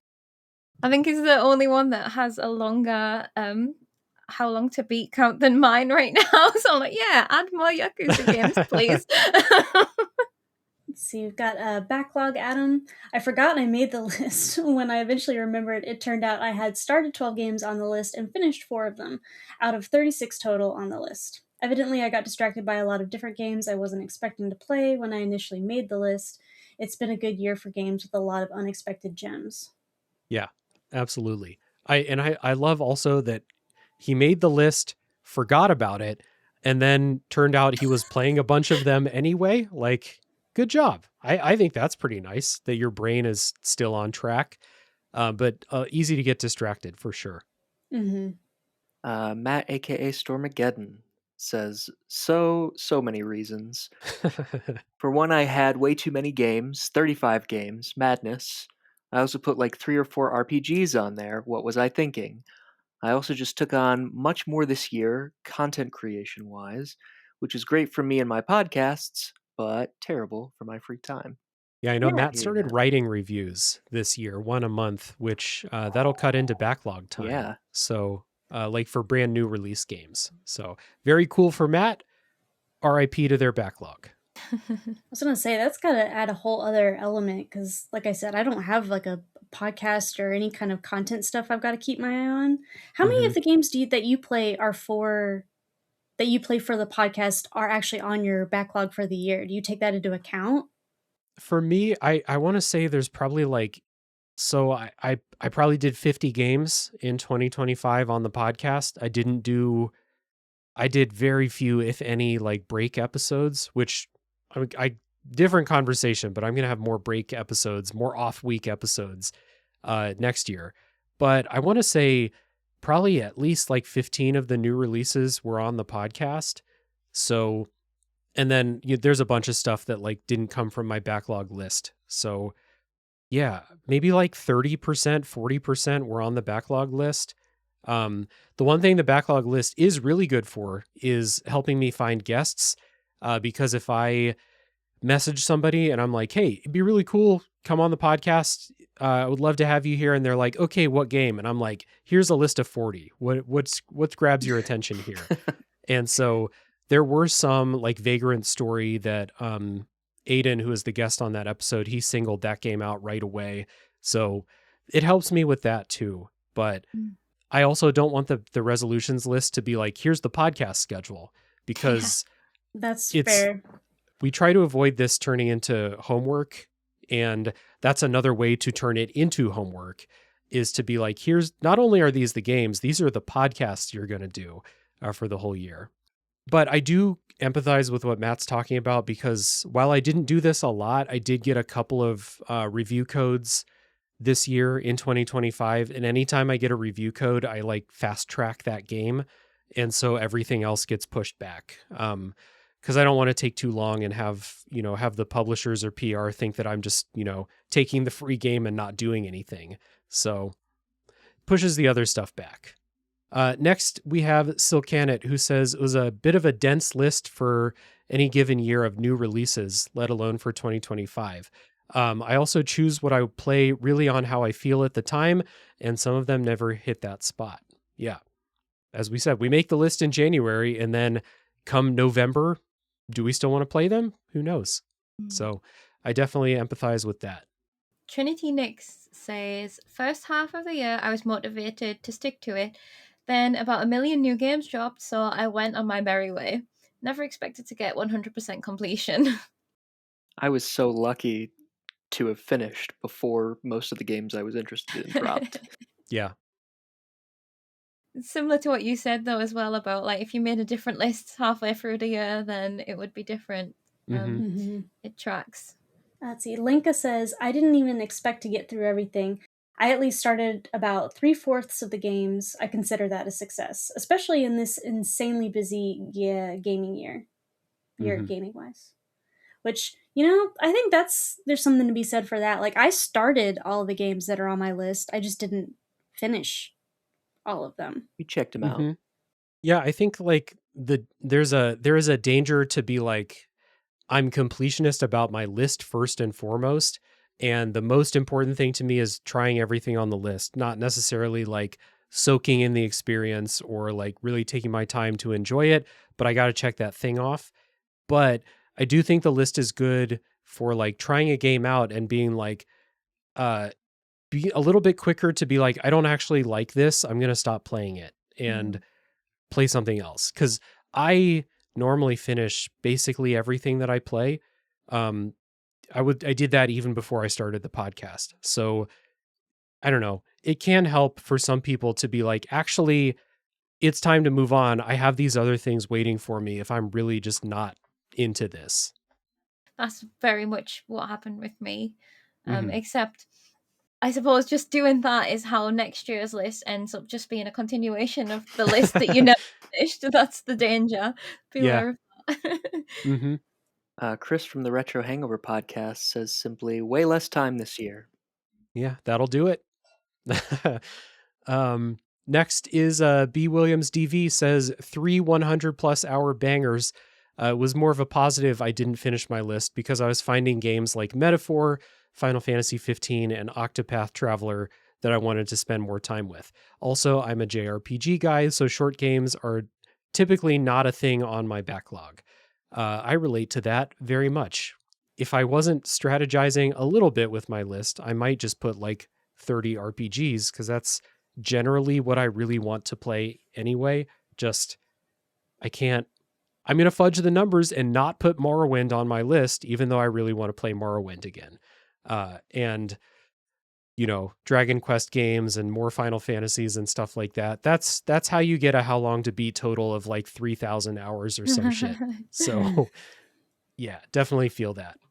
I kind of love that. Like, that's more what I'm going to go for in 2025 is stop being so scared of the longer games, because I'm like kind of like what we talked about earlier, where I see the length of the game, I'm like, that's not really what I want. But even just a few of those long games, if you're having an amazing time playing them, I would like to make some space for that in my life right now. So I do have a few of those on mine, and not JRPGs necessarily, but like a lot of the longer games that I've been putting off, they're all on there this time. Such as Red Dead Redemption 2, if you can find a disc. I know, I'd have to buy another disc, so that one hasn't made the cut this time. Yeah.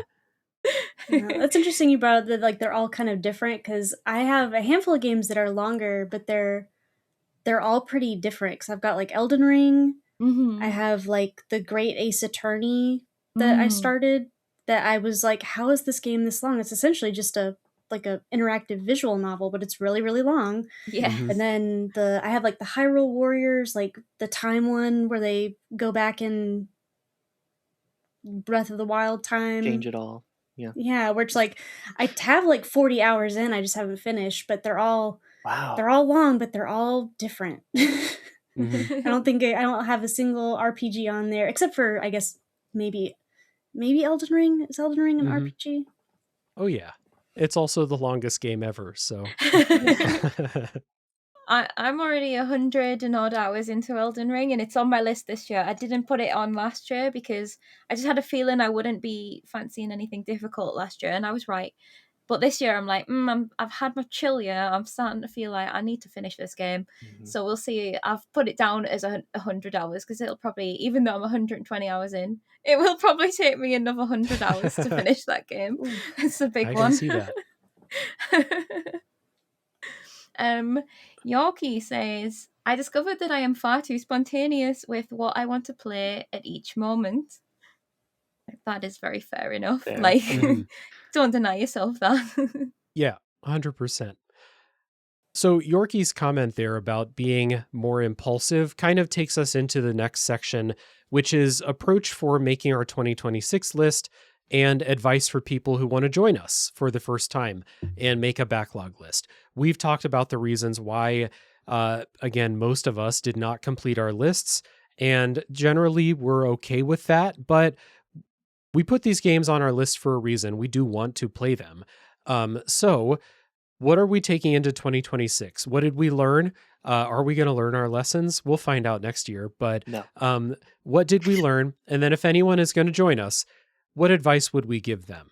I think the first piece of advice that I would give to new people, and a reminder to some people who've been with us already, is like, this is a list of games you want to play. It's okay if you don't play all of them. This is, like we've said, our kind of tastes change throughout the year. New releases pop up. We want to be more impulsive. Being impulsive is really hard for me because I'm also planning podcasts months in advance, but I really want to be more impulsive. So my big thing going into 2026 is I'm cutting my list in half.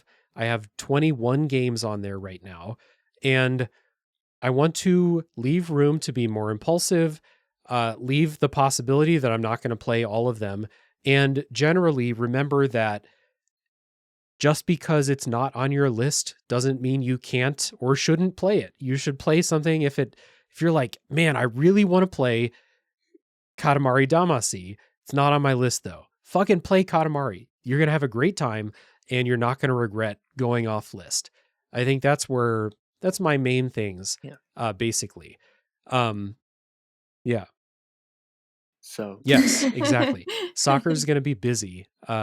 If people keep breaking the rules. Those frequent flyer miles. Yeah. Building them up. Yeah. What about you all? What are you taking into the 2026 challenge or advice that you have? My big thing, which I am normally a person who has a really hard time not finishing a game if I start it, because I'm like, well, maybe the thing I don't like about it will change at the very end.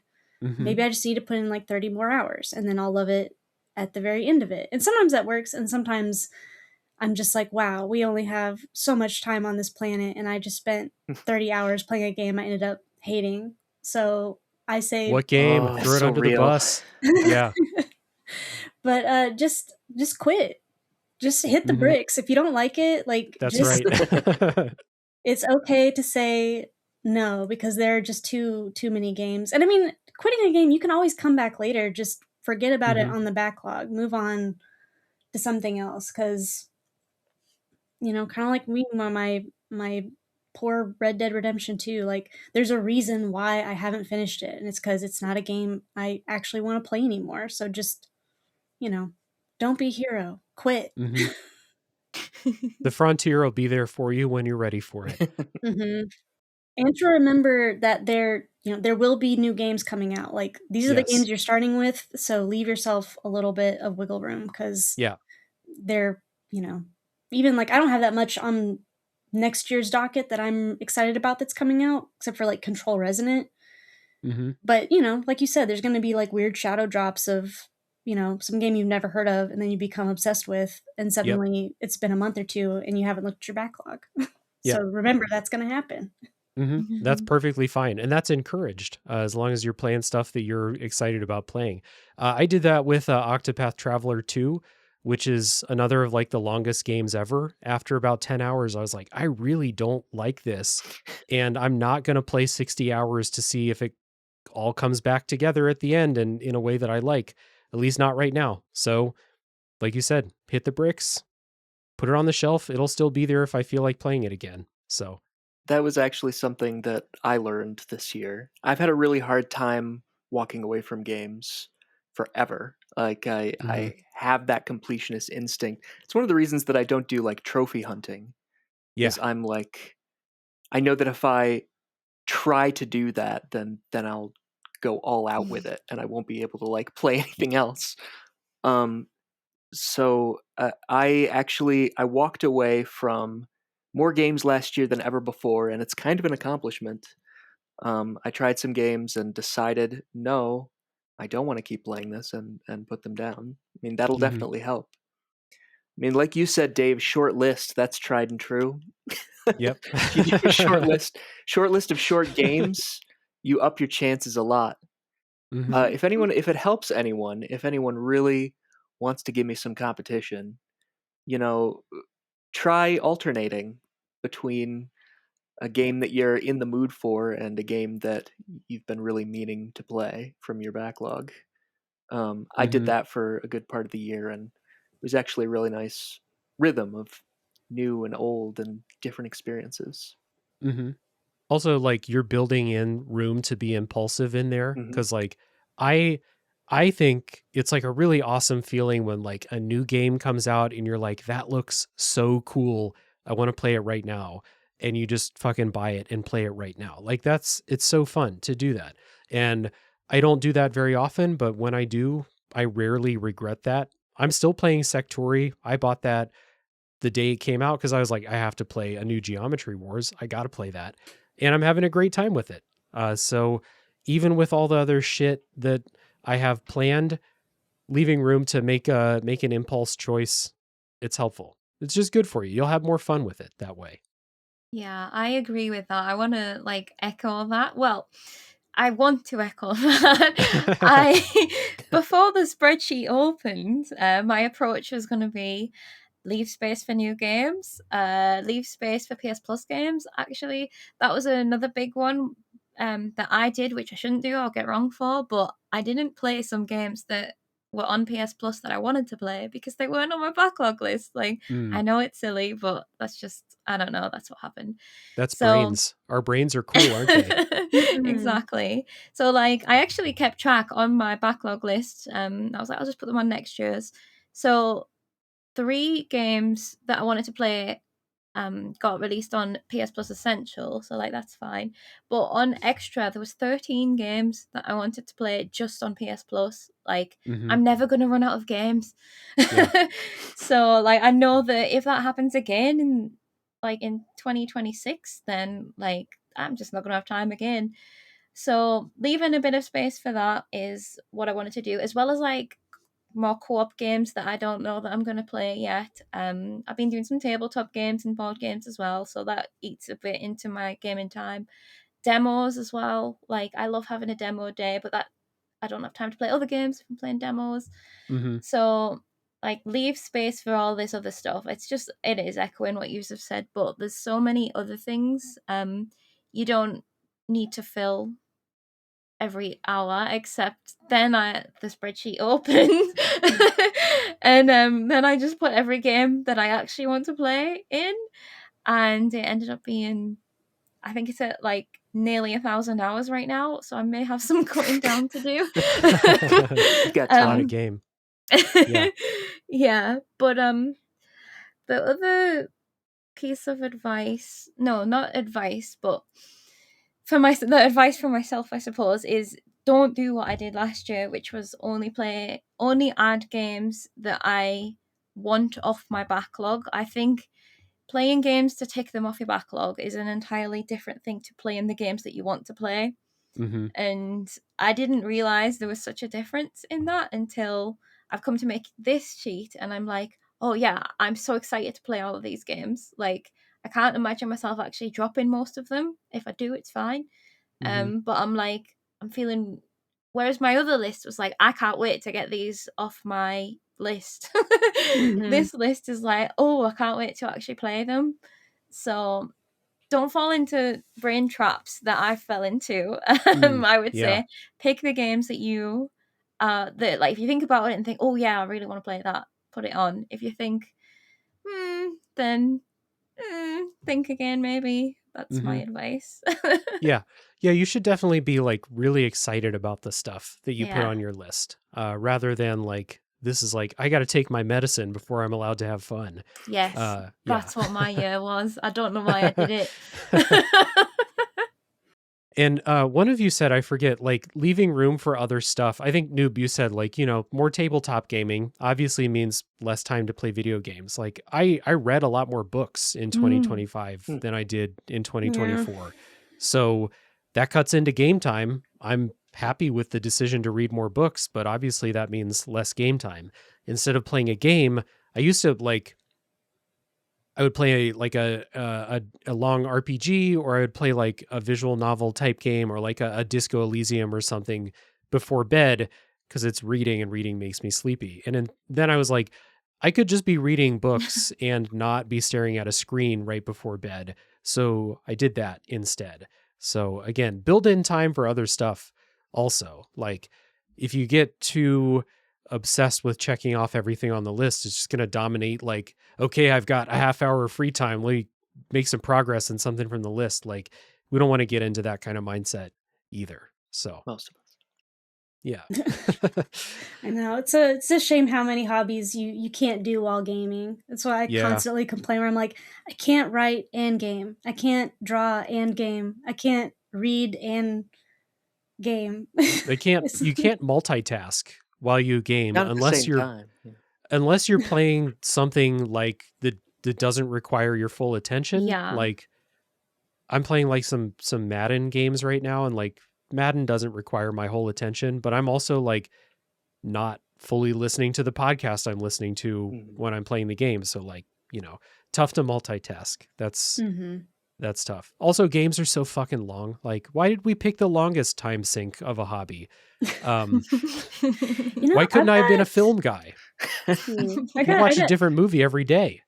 364 hours on mine right now if I beat everything. So just maybe make different life choices. Just smaller game. I think TV will get you too. Yeah, that's true. TV will get you. But I was going to say, I think anyone who's still with us in the podcast, it's too late for them. So they're stuck with us. Let's get into our community advice for going into 2026, and advice, a little like self-coaching in here too, I think. Artful Scruff says, I felt this year that I should be more mindful in how I play games. As good as it is to have a list like this, it did give a bit of a feel of a task to be completed. And in some case, I was a little more focused on finishing them rather than enjoying them. Relatable. Related to that, my 2026 list is a list of games I've been meaning to revisit rather than games I haven't played. So perhaps I'll feel less pressure to complete them, or I'll find it easier to do so with them being known quantities. Yeah. Anything that's going to help you enjoy the stuff that you're telling yourself you're going to play, for sure. Yeah, it's a good way to get the replays done, especially if you haven't played it for a long time and you think you might like get something from it. Like, I know that if I've ever replayed something, or like, well, even just movies and stuff as well, like at a different stage of your life, then you can take something new from it. So sometimes it is almost like playing a new game, but that known quantity thing and the comfort thing, even when it is like a Silent Hill 2, like you said, like I think that's a good way to use the list, personally. I've often said that like Bloodborne is one of my comfort games, even though, on the surface, there's nothing comfortable about it, but I feel at home there. And I would use it the same way. Replaying games is tough for me because if it's a game that I've played before and done a podcast episode on, it's tough to justify using the time that way. But I try to do it every now and then. Matt, aka Stormageddon, says less games. I think I think I'm just gonna go for 12 games, one a month. I need it to feel doable, otherwise I'm gonna have the same problem again. I think this gives me a more realistic opportunity to take on longer games, a longer game or two as well. If I find it's a cakewalk in 26, then I can bump it up in the future. As for advice for new participants, don't get cocky, and at the end of the day, this is just for the fun of it. Set an achievable goal for yourself, give yourself grace, and try not to stress. That's not true. Yeah. Very important. It's not a game. This is real fucking life. I'm gamifying my games. I love the idea of 12 games though, one a month. Like, I think that's very reasonable. Although, as an editor's note, they did add more games. It's not just 12 I anymore. I was like, let's take a peek at their spreadsheet right now, because I'm pretty sure we may have crested 12. Yeah. Yep. Busted. It's hard to resist. Yeah, it is. It's fun. It's fun to make the list. It's so especially fun. like this time of year, you got the Steam, like winter sale going on, and it's like, yeah. I feel like I bought a lot of things in like the latter half of this year where I was like, I know I'm not going to get to it by the end of the year, but this is going to be prime for the 2026 backlog list, which I do feel like I'm kind of poisoning myself a little bit, being like, I'm buying this to add more. But that's when I'm going to play it. Because some of them, like, I know I'm going to play as soon as the new year starts. So let's see. We've got Silcanet. The big one for me will be to check completion times and see what percentage of my average playtime I want to dedicate to it. And check and double check new release calendar for that. Yeah. Yeah. Especially if you like to play those new games. Try and stay on top of, what's on your radar if you are going to try and plan. There's a lot of stuff to take into account. Playtime is always one of the determining factors for me if I'm deciding whether I'm going to play something. Yeah. Certain things I'll devote lots of time to, but some games, if I know what kind of game they are, a 10-hour playtime versus a 20-hour playtime can definitely make the decision for me. Mm-hmm. Or they tell you it's going to be 10 hours and you're actually really bad at the game. Resident Evil. The Resident Evil remake, I got one ending and I'm pretty sure I played that game for like 30 hours. I still had fun, but yeah. Sometimes those times lie if you are actually bad at games like I am. That's me looking up how long every NES game is, where people are like, oh, it's 2 hours long. And I'm like, yeah, it's 2 hours long if you grew up playing this and you know it like the back of your hand. For me, it's like 10 to 15. Mm-hmm. I always add time to the average time that I find because I move really slowly. I like to take it in. I feel like I'm always slower than the average. Same, yeah. When I was streaming, it was always double it. Like, at least double. Streaming adds time for sure. Yeah, and then even without, I'm still quite slow. So yeah, always take that as a minimum, I would say. Mm-hmm. Michael from Bits of Time says, strategy. Don't put so many RPGs on your backlog. I've done it twice in a row. I shall do my best not to make a Triforce in 2026. Just insert a voice from the future here that says he did make a Triforce in 2026. Michael, I know you. You're not going to not play RPGs. Come on, man. Trinity Nix says, keep the amount of games to a manageable total so it doesn't feel overwhelming and you give up. I had 20 something this year and it was slightly too much, but never felt daunting. Think I'll do max of 20 next year. I think a lot of us are learning that lesson where like it just like, again, if you internalize that you can play things that are not on your list, there's no reason to put 40 games on your list like I did last year. No reason to. You can just do one. You could Make just me do look one. like a fool. People say they're going to do that and they never do. No, it's too fun to make a list. Yeah, can't resist the list. We have V Pontus 97 saying, I would recommend people use the challenge mostly as a fun excuse to get into things that you really want, and don't mind if you start to go deep into games out of the list. Follow your heart and don't treat it like work. Just enjoy and dive into what you are able to play. Amen. So good summary. Like that's it. That's the Mhm. goal. And I think a lot of people saying, like, to have fun with it and make it not feel like a list. I do feel like, even though having the list sometimes does make it feel kind of like something you have to complete, I kind of look at it as like when you look in your fridge and you have everything up at the front, so you just remember to use it Mhm. instead of Yeah. like, like a vegetable bin that's clear so you can actually see what's there, so you remember that you have it, versus something way in the back and it's hidden behind the milk, and you get to 2027 and your fridge is like a biohazard. Yeah. You're like, I think that this jar of kimchi has been back there for years at this point. I'm afraid to open it. Well, kimchi doesn't go bad, right? It's kimchi. Who can tell the difference? Yeah. What? Yeah. Kimchi's It'll be good. fine. It'll taste good. Chris from Retro Hangover Podcast. Long games aren't your friend unless you really want to put time aside for long games. Games that are under 15 hours and have been sitting around for a while are probably your best bet. And Ruki agrees with Chris right now. Mhm. Chris, I know Chris is another RPG guy, so it's tough to not put the long RPGs on your list. You want to play them. So they go on the list, and then, yeah. There aren't very many short, like, RPGs, I feel like. So if that's the kind of game you like and the kind of game you're trying to go back and That's true. play all of them, just it's built in that they're going to be long. Yep. It's going to be a long time. B. Williams DB, my library varies from PS1 all the way through PS5 with a few Xbox 360 titles.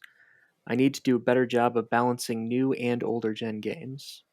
My list of games next year will be more of a 50-50 balance, as I don't find myself as immersed in some of the older games, and they can be a bit tiring depending on the titles. I tried this for my 2025 list. I had like a big group of PC games where I play most of my games, but then I had like a bunch of 360 games and a bunch of 3DS games and some Wii games, and I barely played those other consoles. I got some of the 360 games out, but didn't really touch my DS, did not even hook the Wii up. So that strategy sounded good to me, didn't work. I got to be more impulsive, I guess. Like, I don't know what it was. I still want to play those, and I want to give all my consoles more love, but didn't do it. Good luck to you, B. Williams DV. Do what I could not. Yorkie says, my next year's resolution will be shorter. I'm cutting it down to 10 to 15 games. Notice a pattern here. Everyone's like, put less games on your list. God damn it. So 10 to 15 games and much more varied what I play on it. A lot of my games were on PC this year, and I only have so much willingness to sit in front of it when I have a very comfy recliner and a big TV for my consoles. Yeah. Get yourself in a comfortable position. Yeah. I think someone else had mentioned this somewhere, but it was like the idea that give yourself like varied genres on your list too, to be like, I'm in the mood for a Souls game, or I'm in the mood for a horror game, or I'm in the mood for something goofy. Have some different stuff, not just like a list of all RPGs or a list of all like punishing action games or something, unless that's what you really want to play. Yeah, I agree with that. I have my list like sectioned into like PS5, PC, and then content as well. So that I can just at a glance be like, I don't fancy sitting at my PC anymore today. I want to get comfortable. What have I got on my PlayStation list? And then that narrows it down further. So again, it makes the choices easier. But I do think it's good to have some for each, so that you're just ready to go with whatever you're feeling like at the time. Yeah, exactly. Not forced to just sit at your PC after you've already sat there for a full day, because that's how it goes sometimes. All right, so we have Yuso Ewan saying, do not put more than 3 RPGs on your list if you actually want to finish, and accept that you, even if you put an earnest amount of effort in, won't like everything you pick.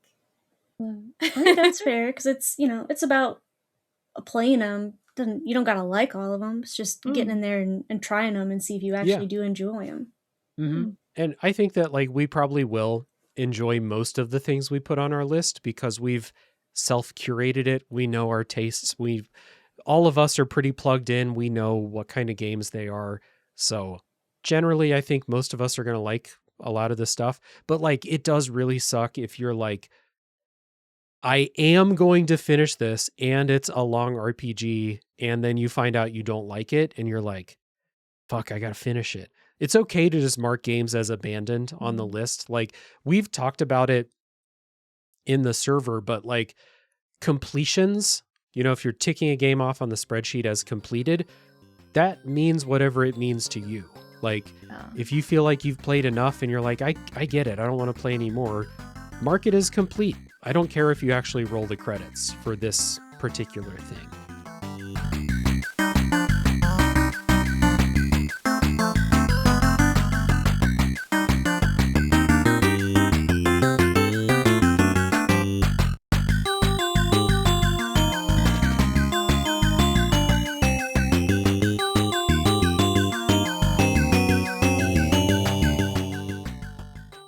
Now, we've talked about our advice, we've talked about the things that we've learned, and now the fun part.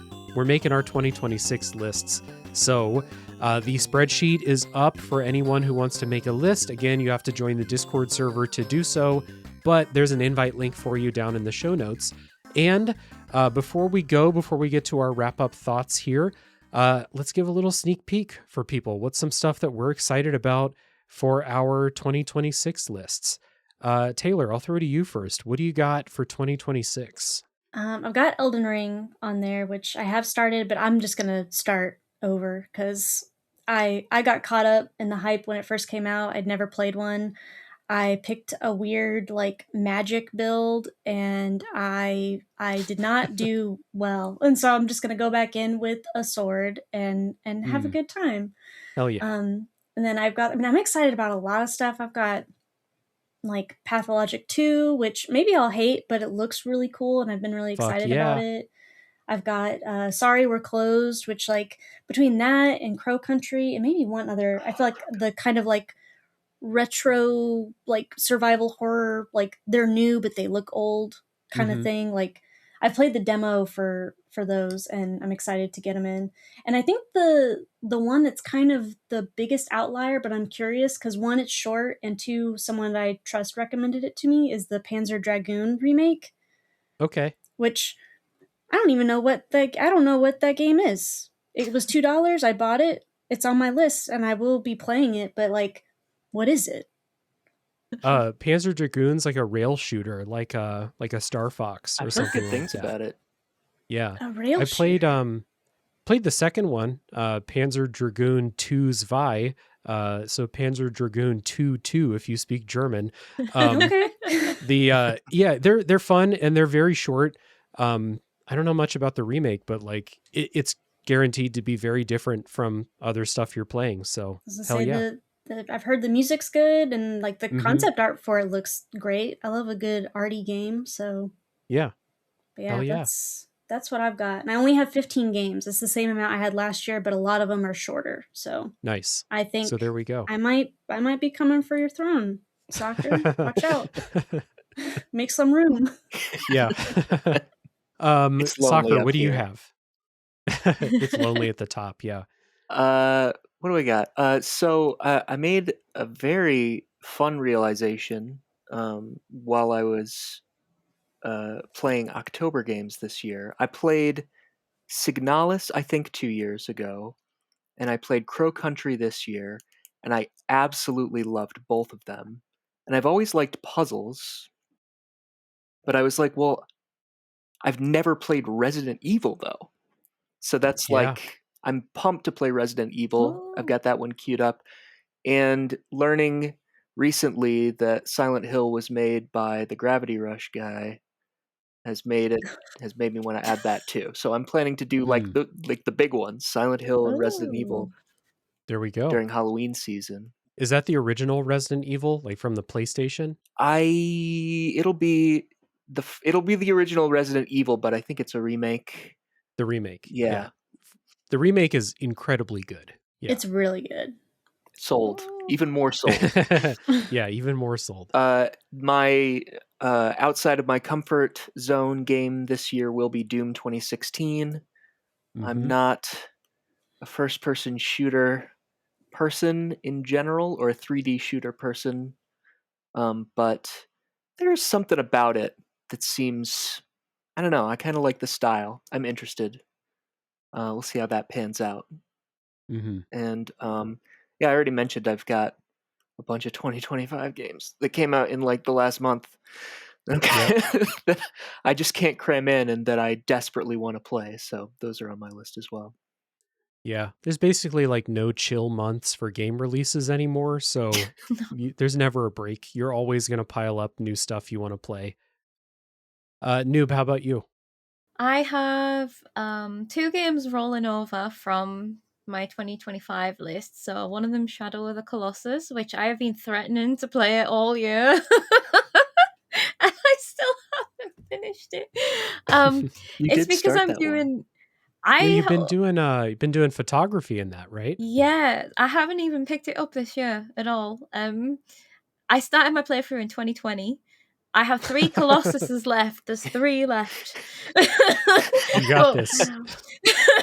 But because I'm like doing a photo shoot of every one of them, and the last one's so good. Like, at least like the next 2 that are coming up are very similar to previous ones, so I'm feeling uninspired.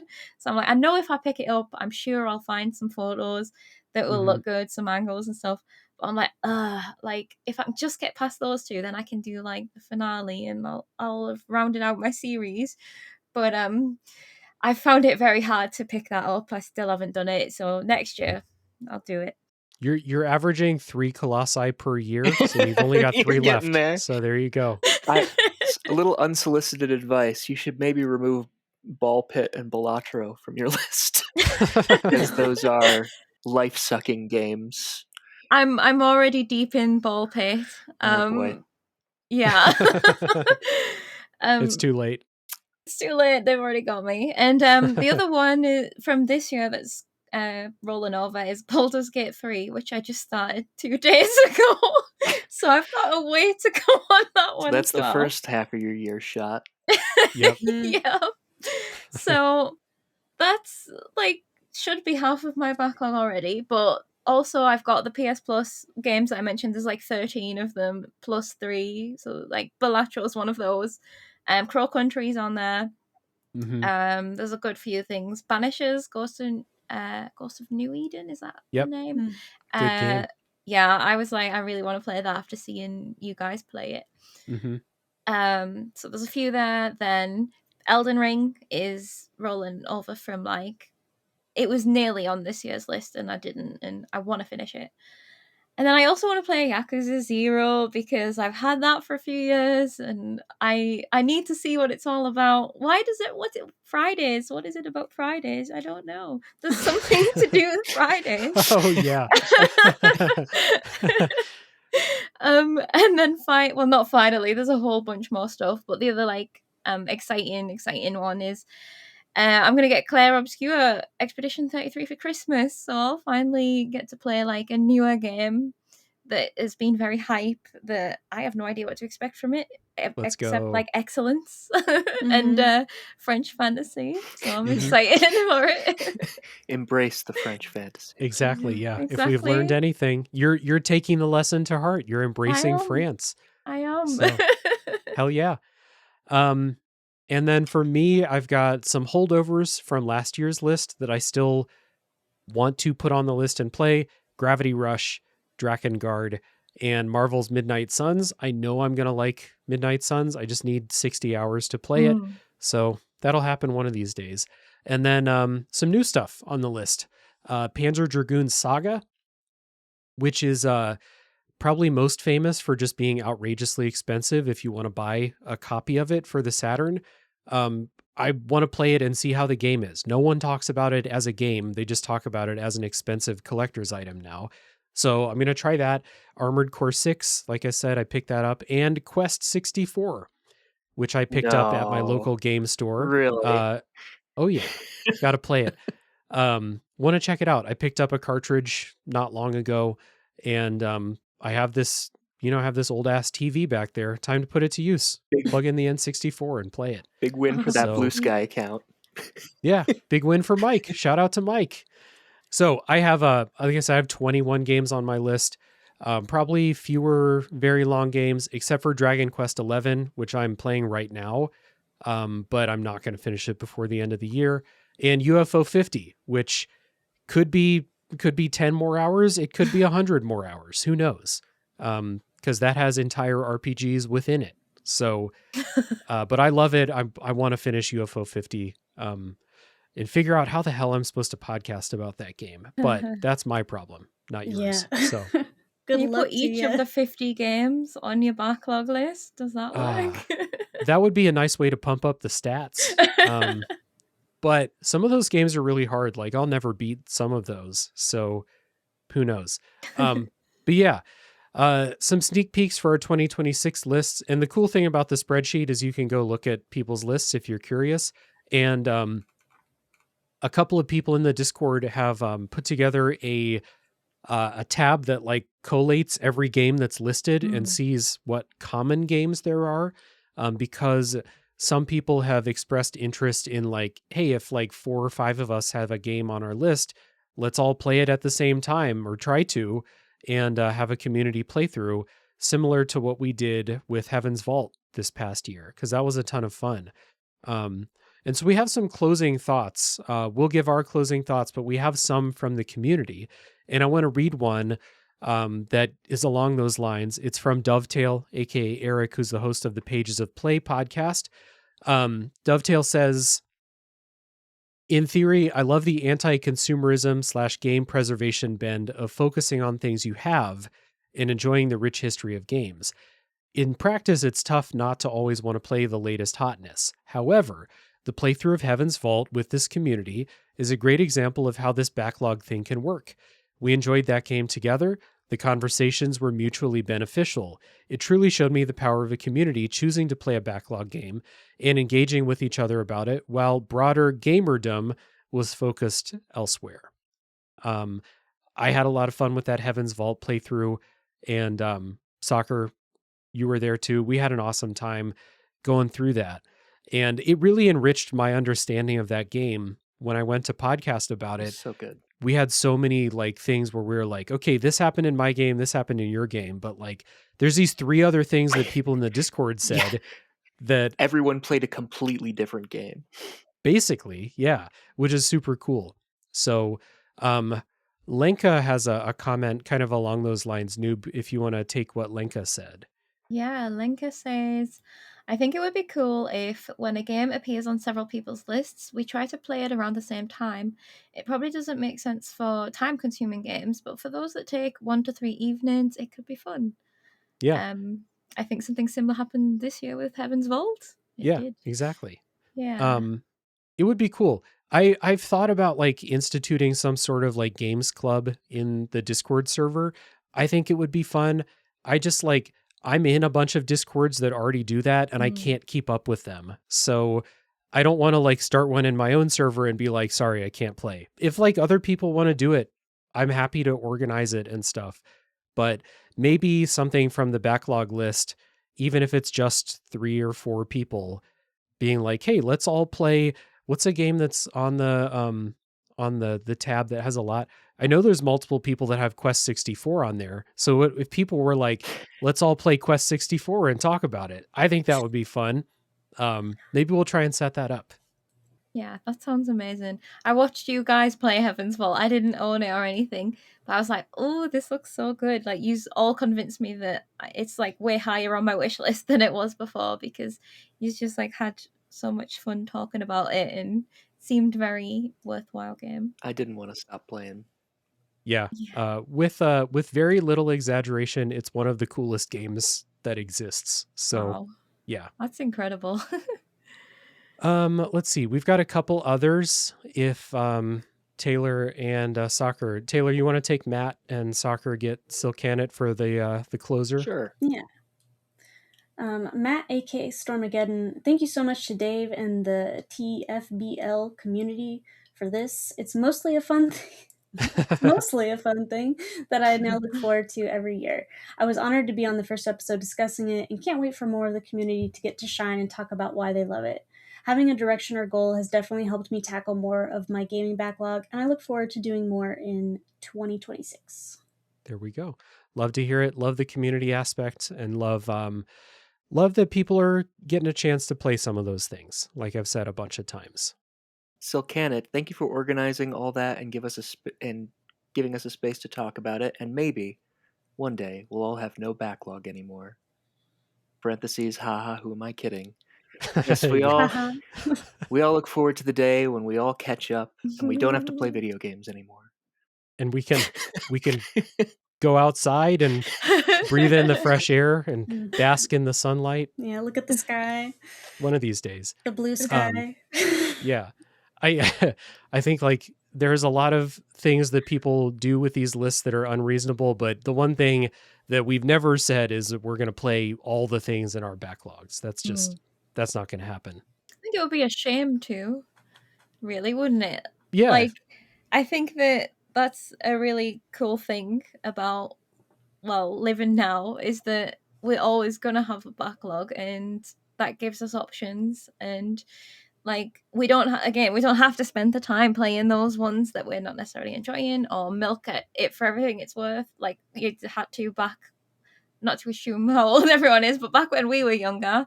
Yeah. That's what you did. So I just think it's an absolute privilege to have a backlog the way that we do, and like, I just love it. I think it's so good. Yeah, for sure.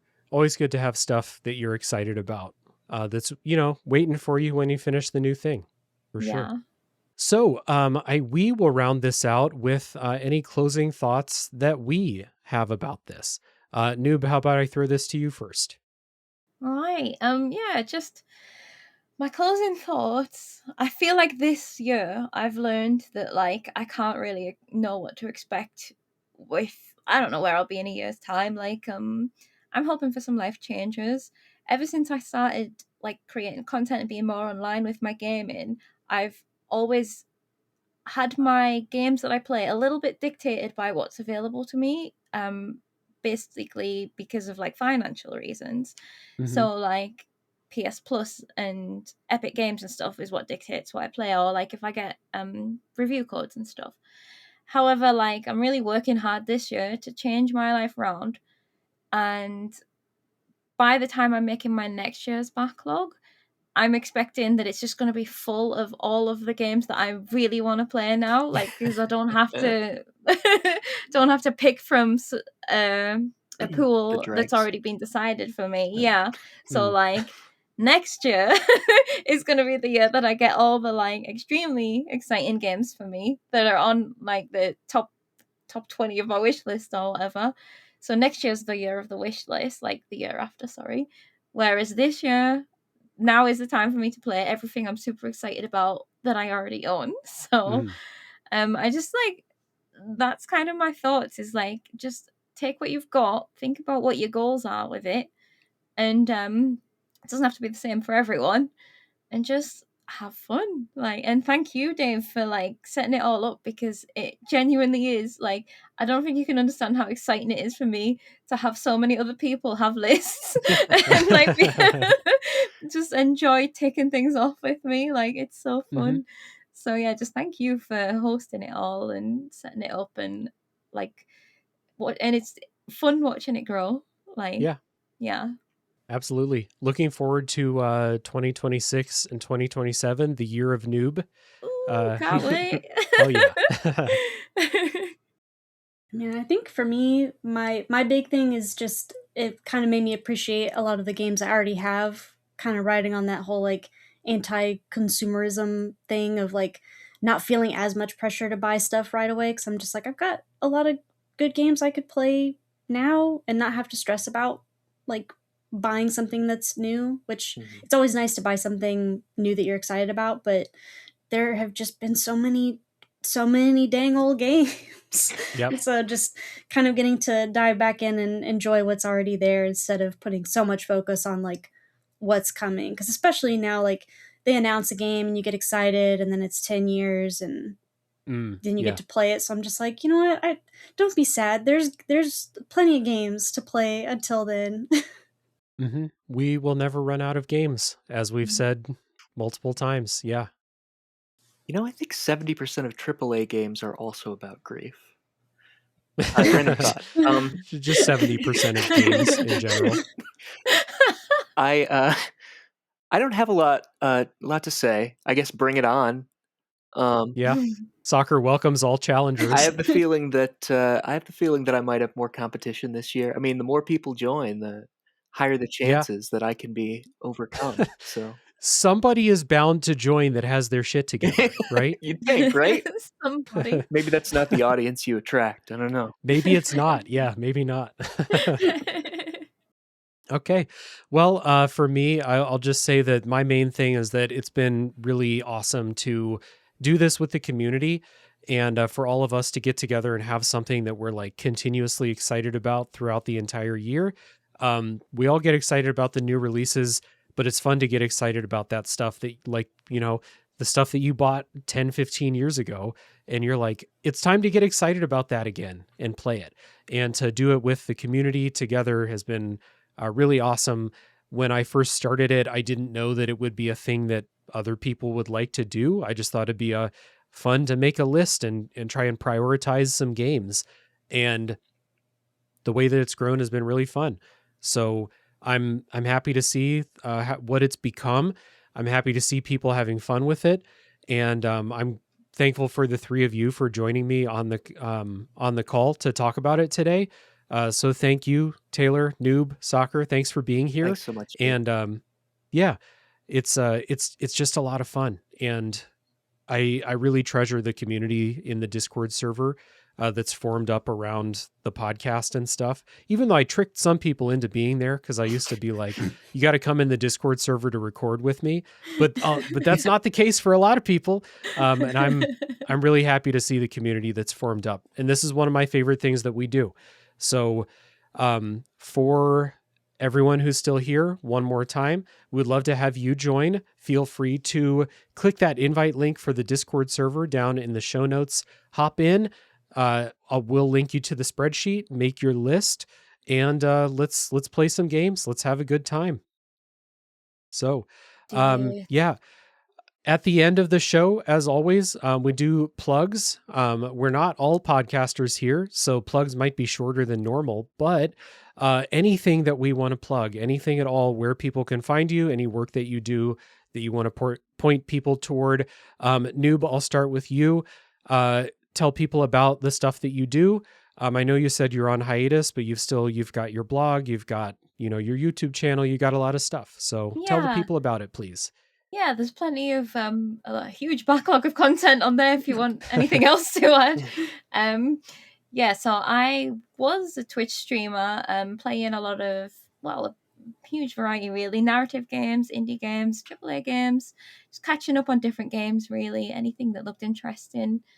Long playthroughs, very detailed. We like to particularly what's it called? Story. You know where the storytelling's in the world. This is how long it's been since I've streamed, as I can't remember what I'm trying to say. Anyway, like world building and stuff like that. We love all that kind of thing. So that's the kind of streams that I do. I also have a YouTube channel where I do an indie showcase series, which was playing the beginning of indie games or demos and just showcasing them, seeing what they like, seeing if we like them, if we want to add them to our backlogs. Other variety of stuff. There's shorts from my Twitch that are quite funny. And I have my blog where I do, again, hiatus, but by the time this episode comes out, I think there might be some more content on there now and YouTube. Nice. I think. So hopefully over my Christmas break, I'm going to dive back in. So expect to see some end of year stuff, lists. I love lists, but also reviews. I do indie game impressions, game photography. Maybe you'll see some more Colossus. Well, I mean, there's already 13 Colossi on there, so It's really cool, by the way, the Colossus photography. Oh, thank you. I honestly enjoy it so much. Because I do real life photography as well, but it's different in games. Like you've got more and less freedom. It's an interesting thing. I know some people don't get it, but it's a fun creative endeavor. And I think that's mostly all that I do. Again, YouTube. I might as well say it here. I expect to see a Let's Play of Crow Country coming soon. So nice. that's the one I'm trying to do over Christmas. And again, my listicles, is that what they're called? My listicles on my website. So I think that's it. ControlAltNoob.com, ControlAltNoob0 on Twitch, ControlAltNoob on YouTube. Perfect. Yeah. And Taylor, where can people find you? Anything you want to plug? I've been in kind of a block lately, but I do draw, I do art. So that used to be what my Instagram and Blue Sky was mainly for. And it's just under a Thunderheart at Blue Sky and Instagram. And yeah, maybe 2026 will be the year I start doing some drawing again. I did Sword Timber, and that's pretty much the only thing that's on my Instagram from last year. But I do love to do illustrations. So, and sometimes I do like video game fan art and stuff like that, but we'll see if I get back into that. Very cool. I'll definitely, as with everybody's stuff, I'll definitely put those links down in the show notes so people can go check out the art that you make for sure. And Soccer, where can people find you? I am Soccer on Blue Sky, on Blue Sky and on Discord. That's about it. Please come talk to me about video games. I love to talk about video games. Well, you know where to find Soccer in the Backlog Resolutions channel, in my Discord server, among many of our other shared Discord servers around. So thank you all once again for being on the show. It's been really fun chatting with you all about the Resolutions Challenge. I appreciate you all taking the time. It's been so fun that we once again blew past my time estimate for how long the episode would take. So thanks again. Thank you. It's been so fun. Yeah, I've had a really good time. And it's okay to go a little bit over. Yeah, that's the motto of Tales from the Backlog. Yeah. So at the end of the episode, one more time, you can find links in the show notes to everything that all the guests are doing.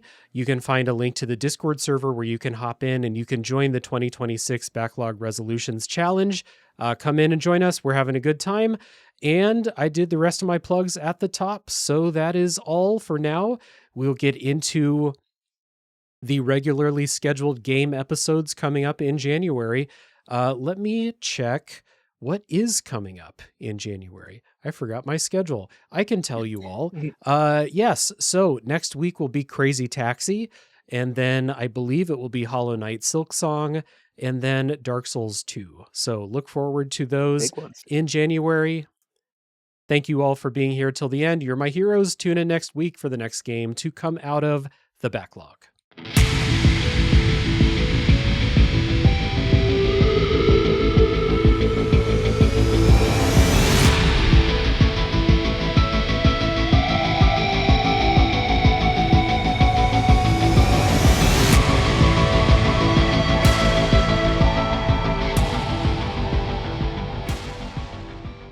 So Many Games is an independent video game website from a group of passionate people.